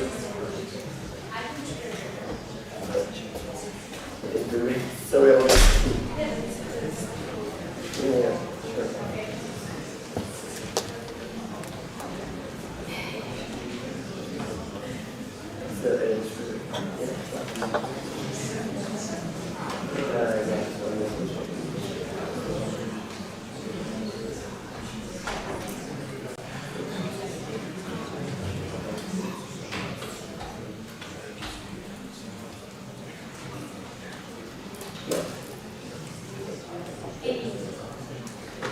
Okay, it's last 10 years seeing you today. So, spring break, how did it go? First of all, who of you went to spring break? Oh, that's pretty cool. Nice. Alright, so I'm going to give you a record. We thought that it's important that you also get our opinion as the OC, what we think that went well, and also based on the feedback that your sections provided, what went well, what didn't go well, what went completely wrong, and what are our also recommendations for the next OC, because you'll know. So, spring break 2024 numbers. We had over 1,400 participants. We had 11 OC members. We had, I think, over 30 different countries represented. I will count at some point. We did the Ringbahn-Rundfahrt, which was 37 kilometers. We had one broken wall. We did break a wall. And we had thousands of great moments. And with that, I would like to again appreciate the OC. Who was the OC? Can you please stand up? Also, spring break, can you please stand up? Gina, can you please stand up? You were also the OC. Thank you. Thank you so much for being an OC. It was a long journey. We did spend a lot of time working together. Yeah, so thank you so much. And also thanks to all the helpers that were there at spring break. You can sit down. So we're going to start with the good part. Also afterwards you can ask your questions. We'll have a Q&A section as well. So what went well? The breaking the wall went super great. Apart from that, me pulling up and not in the sense, but okay. So opening ceremony went super smooth. It was short and to the point. Also based on the feedback that we got, it was actually engaging and the participants actually enjoyed it compared to the last year. So we would recommend to keep in kind of the same agenda that we had this year, with not only with the stakeholders, but we also had the Erasmus story of Ella, who is an Erasmus baby, which was very close to the heart. Then flag parade was a highlight for majority of participants. It went also super smooth. We had the police, we had the ambulance this year. The only one thing that we would like to improve is that we have 2 music cars instead of 1, because it didn't really work well with 1. But to be honest, we really tried to get another music card, but it was super difficult. So for the next OC, please take this into consideration. The city tours distribution and communication of city tours went also well. There were no issues. I think there was only one group that couldn't first find their tour guide, but then they found, and literally I received 0 messages about city tours. 0. And I was super happy about this. The genuine communication during the event with delegation really seemed to work. Somewhat at least, well, because we created the community, which helped in this sense, and finances went well. Yeah. But it was the good part. What went not so well? There's also a terrible part, so that's just what we think didn't go that well. The communication with group leaders before the event, there was a big mess, and we realized that group leaders were not really understanding what's happening. The general communication about the event with participants, because this year we had 2 groups. We had those that came with ESN sections, and just international students, we should not be happening again. So there was a big mess with this. The club situation was a bit ugly when it came to the midnight time, which, yeah, so the thing with the club, also to reply to you now, the club that we normally run for spring break, which is an anomaly, was not available for the day, so we went for the second biggest club that we could run. And the situation, yeah, it happened and it didn't happen, like it didn't go really well because there was a very long queue. We tried to ask the club if we can help at the wardrobe, like our helpers, because there was a huge line at the wardrobe, but they said no. Accommodation distribution during the event was, in a sense, when the sections arrived, and then there was quite some mess with the allocation of the rooms and everything. We had the way too small communication team preparing and doing the promotion. There were only two of them, Guillermo and Jess. So we think that we could have promoted the event better, and that more people could join, and that generally, go with better. There was not a very clear distinction between the OC members and helpers, especially also during the party, and also what are the conditions for helpers and what kind of reimbursements they get, what they get reimbursements for, who can enter the OC room, who can't enter the OC room, and also what didn't go so well is that the OC had to pay for some stuff from their own pocket, which we don't think should be the case for the next spray break. What has to be absolutely changed? The goodie bags distribution. Really? So the goodie bags distribution, there has to be a accommodation team. Without the accommodation team, the event can't happen. We need to have partnerships or sponsors so that we can also decrease some costs. There should be definitely bigger OC, 11 people for 1,400 people. More helpers and having them in advance and not getting all the helpers in the last week. Selling tickets for sections only, or if we do the international group, these are only ESNers as they do for ESN Ibiza trip, so that because ESNers are easier to cooperate with each other. And we want other NOs to cooperate more because apparently other NOs didn't know that we were cooperating together. So quickly for the comments from the OC, the event has to be reworked and restructured. There has to be a head of the logistics during the event because this time Colin was doing everything. Thank you, Colin. The OC has to be in the hostel, and not that some people even in the Berlin, they still have to be in the hostel. Allocate the accommodation team into different hostels for the better distribution of the rooms. Probably given section stencils to enter the club is questionable, it's under the question, so yeah, fair comments. Previous NBs should either do a very good transition for the next NB regarding spray break and the role of the NB at spray break, or the new national board has to take it over. If you have any other ideas about spray break and how you want to see this event, join, oh no, that's wrong, sorry. I did the presentation. Join the workshop tomorrow. There will be a workshop that I'm going to do with Paolo about spray break, and we would like to have a working group of spray break afterwards. But you can also join the DR team. So now we'll proceed with the Q&A for the report. Are there any questions expected? Yes.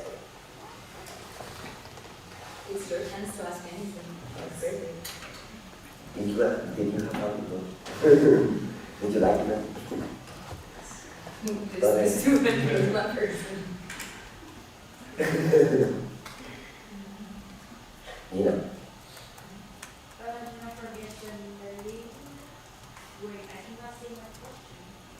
Yes, you cannot see your questions.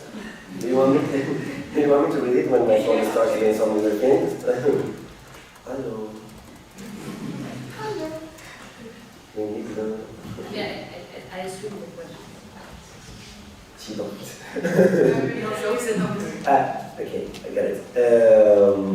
Spring Break is a national event, so we need more helpers from other sections, not only Berlin. Plus, can this communicate more with Berlin also before fix the date of Spring Break, probably national board. Yeah, that one. Also before fix the, I don't understand the last part of the question. Also before fix the date of Spring Break.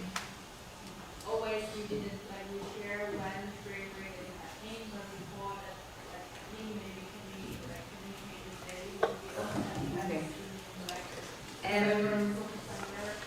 Yeah. So like all of this year we had to like make like that people we moved to like last week because we had a speaker Spring Break. So we communicate. So yeah, thank you. As I have talked to ESN Berlin, I did request you to write an official mail to the national board because this is a broader topic which we need to discuss within the national board. because we do realize, and we did realize also during this break, that we had to urgently ask Berlin for the help because we did not have enough helpers. And also we were really begging West sections, thanks to Nico, we were begging West sections to help us. Yeah, so we do understand that the role of ESN Berlin is very big for break, and this is why this is something that has to be discussed within national board and then coming to you with a proposal on that. Because it doesn't mean that if the national event happens to the city that you have to drop everything and help us. But we do understand that you play a very important role in this event as well. Does that answer your question? Peter? Where are you? So yeah, Peter. So Peter is in Bielefeld. Regarding that we only have a few OCs and only a few helpers, I just want to throw that one in. What about decreasing the size of the event, or at least having a kind of key to see that we have that many helpers and we can really only allow that many people in, otherwise it's going to get messy, right? Was that an option, or is it really we have to go bigger, more money? I have no idea, to be honest, what to say, but I think Calvin can tell, because I think it's more relative to the financial part of this. Yeah, Calvin is an consultant, so the size, yes, I agree that we could size it down a bit. I don't know what specific problems with the amount, the size, because in the end, helpers worked out, we should have had more OC from the get-go, but the only bottleneck we actually have is effective plan. And if we size down about 100 or 200, so if you 1,300, that would be the sweet spot, I think, the next year. Yeah. I mean, the thing with the spray break is that, in 2023 we had really big OC. So this is why from an organization perspective it was very easier. This year we were a super small OC, we still did everything, which was of course, it was more work for us. So, in this case, it's not even about the number of participants because we will still need to do the same amount of work. Reaction? Yeah, reaction, Peter, yes, and Bielefeld. Can you give us some numbers? So, because for us, Bielefeld, right, we're new, that's what was the first or second spray break. What is it big? What is how many? What is the small OC?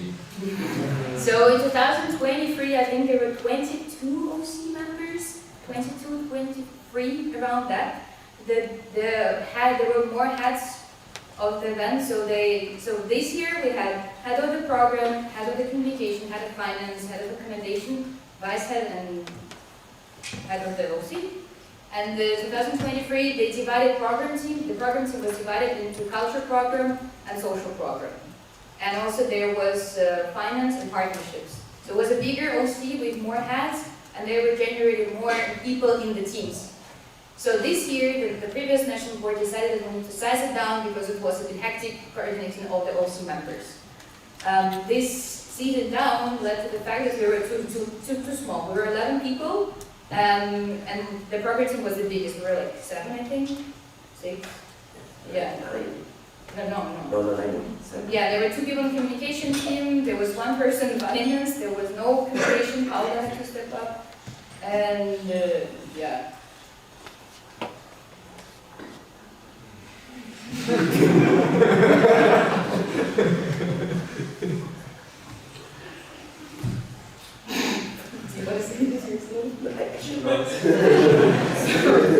So Spray Break is a really great project for the network, and it's a real pity if we need to size it down because the network is not engaged. Sorry. Telephone? Typhoon is in Deggendorf. Is there a report showing the responsible people and transparently uncovering the positive and negative experiences? Also considering the fact like accountability of OCs and people who step back? I think we are in process of the report. So we did, for the OC and who wasn't the OC, you can check the Instagram page because it's the valid with all the valid heads of the OC. As for the report, so we do have all the feedback gathered, but we haven't made a report that was sent to the sections yet. I think it was the idea of the last call that we had, and about the liability of the youth. accountability. If they don't have it from the heads that stepped down, because for communication they were first no one, then there was one, and then stepped down, so it was a bit hectic in the sense. But having was a common way. Also, one thing about accountability, there is not yet a kind of contract or like transfer of accountability in a real sense, which, for example, is international law. When a section organizes regional control, there's a contract between international and regional or section organizers, where there's some transfer of accountability. That like it's yet to Yeah, I mean, it's definitely a good point, because again, as I told, we do think that the event should be restructured and very organized, so that there should be clear understanding on who, what, and when, and etc. Yeah, like I'm just saying. Name and section. What we is important. I'm saying what is doing that so different that we have this now that we have called accountability and not before. Like it was not all of them before. I mean, Prayer is a big event to go super smooth, so there were always something that could be improved. I think, I didn't know about the accountability thing. I think just brought it up. It was never mentioned before, generally speaking. But we came to the conclusion that the event should be restructured after the input from the other NOs, because we had a super international OC. There was ESN Spain, there was ESN Austria, there was ESN Croatia, ESN Bulgaria in the OC. So there were different NOs, and because they have their national events as well, they kind of spotlighted to us that maybe we should think of restructuring or like understanding what the concept of spring break actually is. Does that answer your question? I'm asking like from last time, like we don't have these problems, so we never really thought about doing something for them to write. Because we can now know strongly agree that these things happen in the market. Like if we don't always have problems, sometimes we say something, but if we don't know, then we must have something different or something like that. What was that something?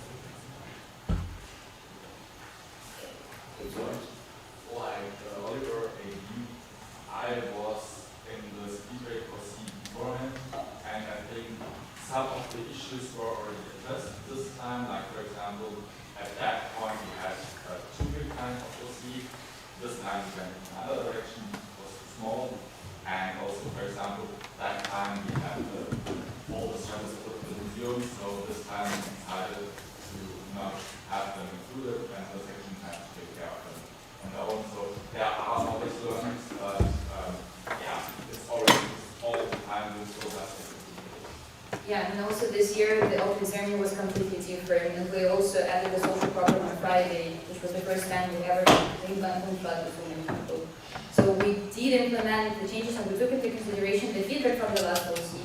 But now, because of the input from the other animals, we're just seeing that Spreeweg has way more potential than what we're doing right now.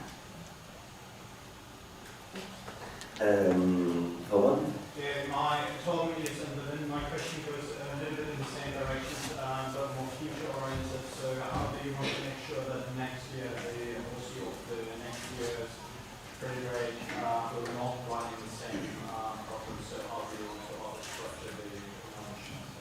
So first of all, we have a workshop tomorrow. If you're interested if you feel like you're interested in maybe trying out joining the OC, or if you just want to understand how the event works, or you really like the event and you want to like help us out and to see how we're going to develop Spreeweg, then the first workshop is definitely for you. And then the idea is to kind of have a working group that is going to also see how it went this last year, taking into consideration the feedback from last year, and then also taking into consideration the opinions of other nodes, because at least as I remember, Danke, the head of the OC, and I think you also told that you could share your inputs on how you see the Spreeweg, and also I'm aware that some people from the last OC also want to join this OC, so for the upcoming Spreeweg. And then when we form the Spreeweg OC, then of course we will need the proper calls where we actually go for each step. And I have it open. Okay, Nico? Yeah, so Nico Seiler, RC West ESN Bonn, ESN Köln. So also full disclosure, I was also part of the OC. So that's also a question I would like to address. past, as well as this research paper, some sections deliberately elected not to take part in the official opening or welcome event. And do you think it should be obligatory for these German sections to participate? Because not only is it, in my opinion, disrespectful to the people organizing the welcome event or disrespectful to the program OC in general, but because we have people there who are like officially invited, so we have stakeholders there, and especially because we use it also in our marketing, wouldn't it be good to aim for as many participants as possible? The opening ceremony? Yes. Yeah, I mean, absolutely. I feel like from the past 2 years, people just did not really enjoy the opening ceremony. They were like, yeah, what's the point of going there? And this year we completely changed the concept, and we did have very important stakeholders. We had the member of the European Parliament, we had Stefan Teifels, we also had the interactive part, we had a panel discussion with the centers and Erasmus students about the Erasmus program. We broke the wall.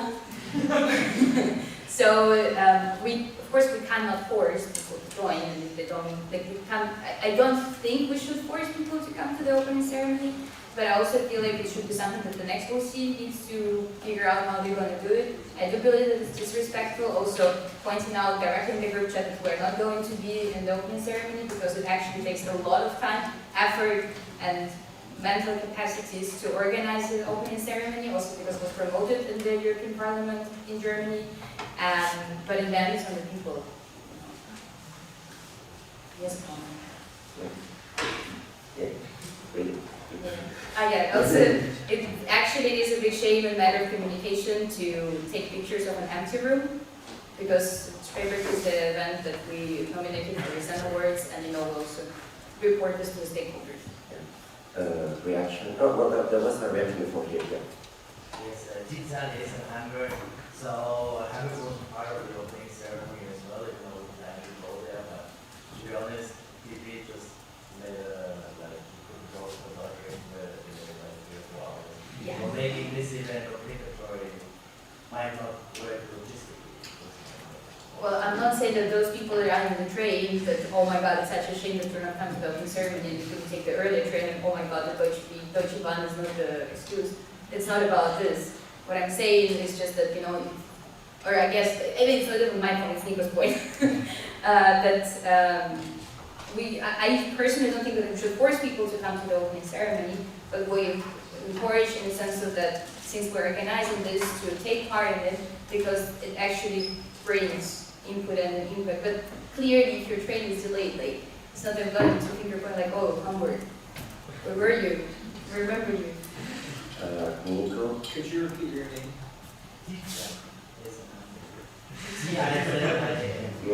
Yeah, is that? Nico? Should I repeat mine as well? Yes, yeah. Nico Seiler, RC West, yes, in Bonn, yes, in Köln. So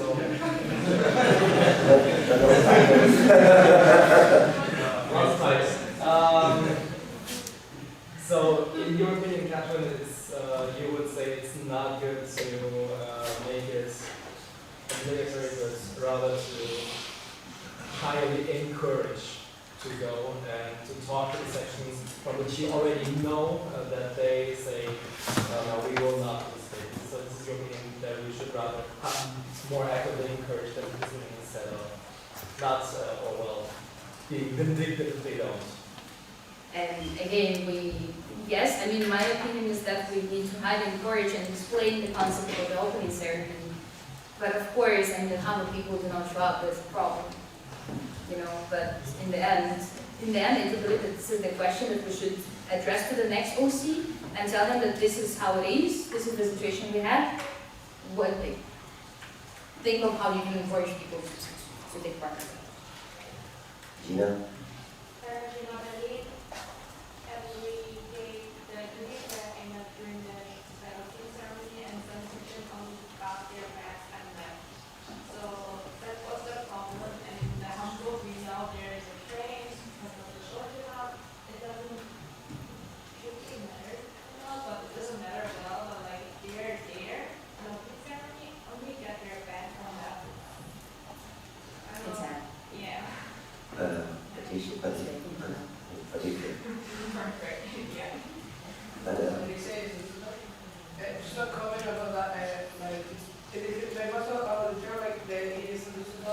we had a city tour. At the very end, the other extreme where the ceremony was, and more people couldn't actually make it to the ceremony on time, even though they took it, like, they rushed it, and even though they couldn't make it. We were to see we were making it in France, but what I mean is, like, if you are gonna encourage like that, besides promoting it more, making more exciting, whatever, also plan the thing, the plan fixed before, well planned, that it's not like this. But because maybe that happened to the other groups that were having their city tours when we started as well. We were like 5 groups that started the city tours then, and it was the same situation, I guess. So I don't think we should continue the discussion so that you don't have to, every section doesn't need to tell why you wrote it or you didn't show up to the ceremony. What happened has happened. I understand what you're saying, although we did try to plan that the city tour ends and you can still make it to the opening ceremony, but that's a good input, thank you so much. Yeah, thank you for your input. Yes. Reaction? So, I mean, I think it would be nice to show for the opening ceremony, but I guess you could maybe brainstorm what kind of incentive you could give people to show up. So, for example, like a multi-leg bag or something that they only get if they show up to the opening ceremony or something like that. If something like that. Come to the workshop tomorrow, let's talk about that. Okay, any other, Gina? Oh, yeah. Gina, Oh, sorry, I jumped. Oh, I'm so sorry. Daniel can go first. Okay, so yes, I just said, Daniel? Yes, Daniel, ESN Aufstadt. And we, as a section, take out of other sections as well, and many other tickets. So do you think about, or maybe do you have ideas how to mitigate the planning risk of unsold tickets? Yes, Yes. Calvin is interesting. So as there was a surplus compared to what I have a budget or profit of the year by €2,000, they've planned to reimburse partially the ticket. So of course we made a loss. The section made a loss, and the rooms were booked and couldn't be cancelled. But we still made a surplus, so we will refund partially. So the proposal right now is we refund out of the €95 for the 2-day ticket, we refund €75, and out of the 150 for the 3 nights, we refund €95. And the total is good. Yeah. Short question to that. When did you decide this? Yes. Ghana is an offer. When did you decide this, and how can we get the refund? Because when we asked, we were told that there is no refund. So, again, this is pretty new. It was brought up to the board like a week ago or so. The board worked on it, so that's why, and we didn't know before we had a surplus, that's what we said no refund. Yes, we were just recently decided. You'll get an email. Tom is in Berlin. I think that's nice for the past, but that doesn't solve the problem for the future, because I think Spielberg also and Ryan Rhapsody also had kind of a similar problem and so on. And I don't want to say anything as part of that. We need to find solutions that this section again don't make loss on the cost of these injuries. I know this is the point. Cool. Dot. Okay. Gina? No? Yeah, Gina Delhi. Last Friday had one international delegate, and she has to care of more than 100 international guests. Still, we want to invite international guests, and we make only one international delegate. So again, this is something that has to be also discussed with the next OC, because the input that we got is from ESN Spain about there is an Ibiza trip, which kind of made a lot of sense, is that This time we had, one delegation leader for international group, and she had like 150 people that she had to take care of, which is insane for one person. So therefore, we did think about that maybe it makes sense that we can invite other nodes, but then they need to sell the tickets through their sections. And then we will only invite the ES centers from other nodes that don't want to be like delegation leaders, and then we'll limit to ES centers because again, it's way easier to coordinate ES centers in all matters than coordinating a lot of international students with. And I should also go when we share our cookie bag, it's really messy, like more than like, we're going to be in Germany section, but this is a bigger thing, and we can share like amount of the number, like the participants, or like international guests, like 150 people or 20, and I need this one, I need this guy, teacher, I need this one, so it was really messy that time. Yeah, it was So I think we have to solve this problem. And also from the OST, we would like to highlight it and appreciate the work of Graziella from Eastern Köln for your standing word during the event, even though it wasn't your task description. Okay, so I would like to propose the closing of the speaker list. Everyone's okay? So, perfect. But if you have any questions about spray break, come to the workshop tomorrow. Okay, question. So now we can proceed with the break. So,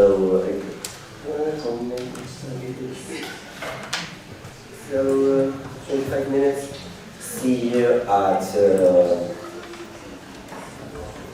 20 to 4. Yeah.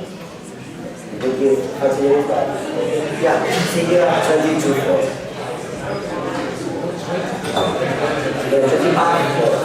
Sorry.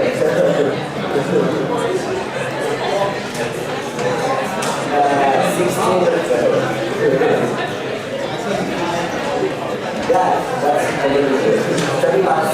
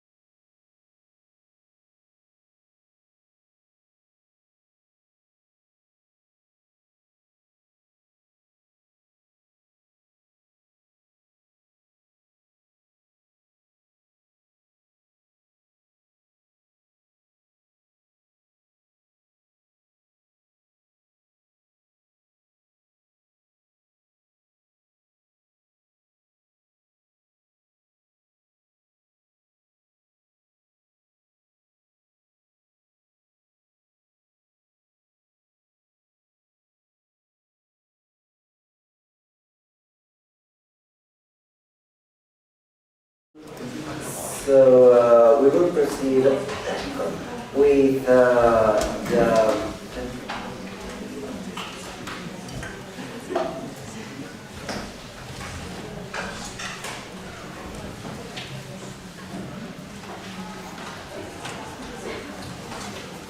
So we're going to proceed with assembly with the SOS proposal for the RC application. Hi, it's me again. I hope you miss me. Yeah, so this is one of the other two. So I have the ND restructuring proposal, and then I have two regarding the regions and the RCs. This is the first one regarding the RC nominations. So this proposal is done by me and Cedric, who is currently still Southwest RC, although his mandate is finishing now. The issue is that when nominating the RCs, there was no clear procedure, so every region was doing it differently. It was also changing from LP to LP. Vote delegation was not accepted in some cases, some other times it was done very irregularly, and it was very unclear who should chair the vote. So the AB wrote an amazing nomination guide, which has a clear outline for the procedure. However, this is just a guideline and it's not binding, and we can just hope that someone has read it, and that's it. It turns out most people did, in fact, not read it. So this is why we come with a proposal who puts into the standing orders the definition of the vote delegation process and gives instruction on how to proceed after the nomination. This, we hope, will increase participation and transparency because it will allow the sections to delegate their vote in an organized and structured manner. It will be clear who can vote for which section and avoids having problems with people taking unilateral decisions with other sections knowing. But it still avoids two-step votes and allows some flexibility because at the end of the day it's not a voting per se, it's a nomination. So the first part is that we're getting rid of the old part. This doesn't mean that everything leaves, it's just because we need to rewrite it, we get rid of it. And now, the part that says is at the local platform that are defined in article number 4 of the event policy paper, 1 or 2 regional coordinators can be voted on. And then what we're adding is that only the members of the respective regions are entitled to vote on each nomination. So if you are from the north and you attend the South LP, you cannot vote. Each member only has one vote, which must be communicated in text form 1 day before the nomination by the member, represented by its president. It means each section has to delegate their vote the same way that they do for DNA, and it has to be 1 day before the election or the nomination. Each delegate may not represent more than 2 members. This is already something that we do for DNA to avoid one person having 6 vote delegations. Only local members of members in the relevant region may be delegate. This means you can only be a vote delegate if you are part of a section in the region that is voting for the and a member may represent a maximum of 3 other members to its local members. This is also the same thing that we do at DNA. One section can only have 6 vote delegations, not more. Which is actually quite a lot for a local platform, but we're just doing the same as we do for the DNA. And then to make it a little bit more official and make sure that things are very transparent, there's accountability and so on, the minutes of the election must be sent to the board and the national board and the members of the region not later than 2 weeks after the nomination. So, new thing that we're implementing, when there's a nomination, actually a protocol gets taken, it gets written down how many votes each person got, and then this protocol gets sent to the sections of the region and the national board, and then the board is responsible for appointing the regional coordinators. This is already what was there before, we're just changing it down for it to make sense. And this is also what was before, we're not making any changes to this, that in justified cases, if the board does not appoint a nominee to the regional coordinator, and this is very weirdly translated, or if there are no nominations for regional coordinators, either another person can be appointed or the nomination process can be restarted and can be done in an online local platform. Again, this is already what was in the standing orders, that if no one applies, then either someone can say, hey, I would like to be appointed and can be appointed, or there can be like an extraordinary Q&A. That was all. So the only proposal is to make RC nominations a little bit more transparent and a little bit more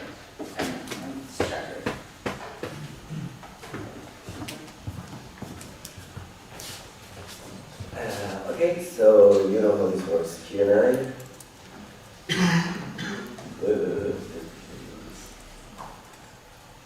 Are there gonna be any questions? Yes.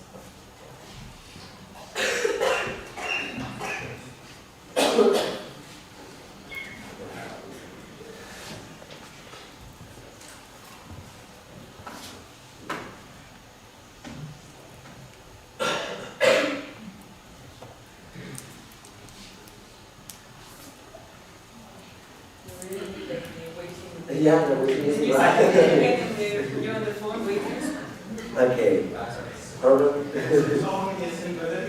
So in the NAnu call, I already mentioned that did you change it in the proposals that also with the other regional proposal concerning the the regions and the number of our seats, are they now aligning that it's for all proposals one and two? I did not change it because I thought something else might come up and I didn't want to make two amendments to the same proposal. I thought I just collect mistakes. Okay. Any other questions expected? I propose the closing of the speaker list. Cool. Amazing, thank you. So again, amazingly fast revision.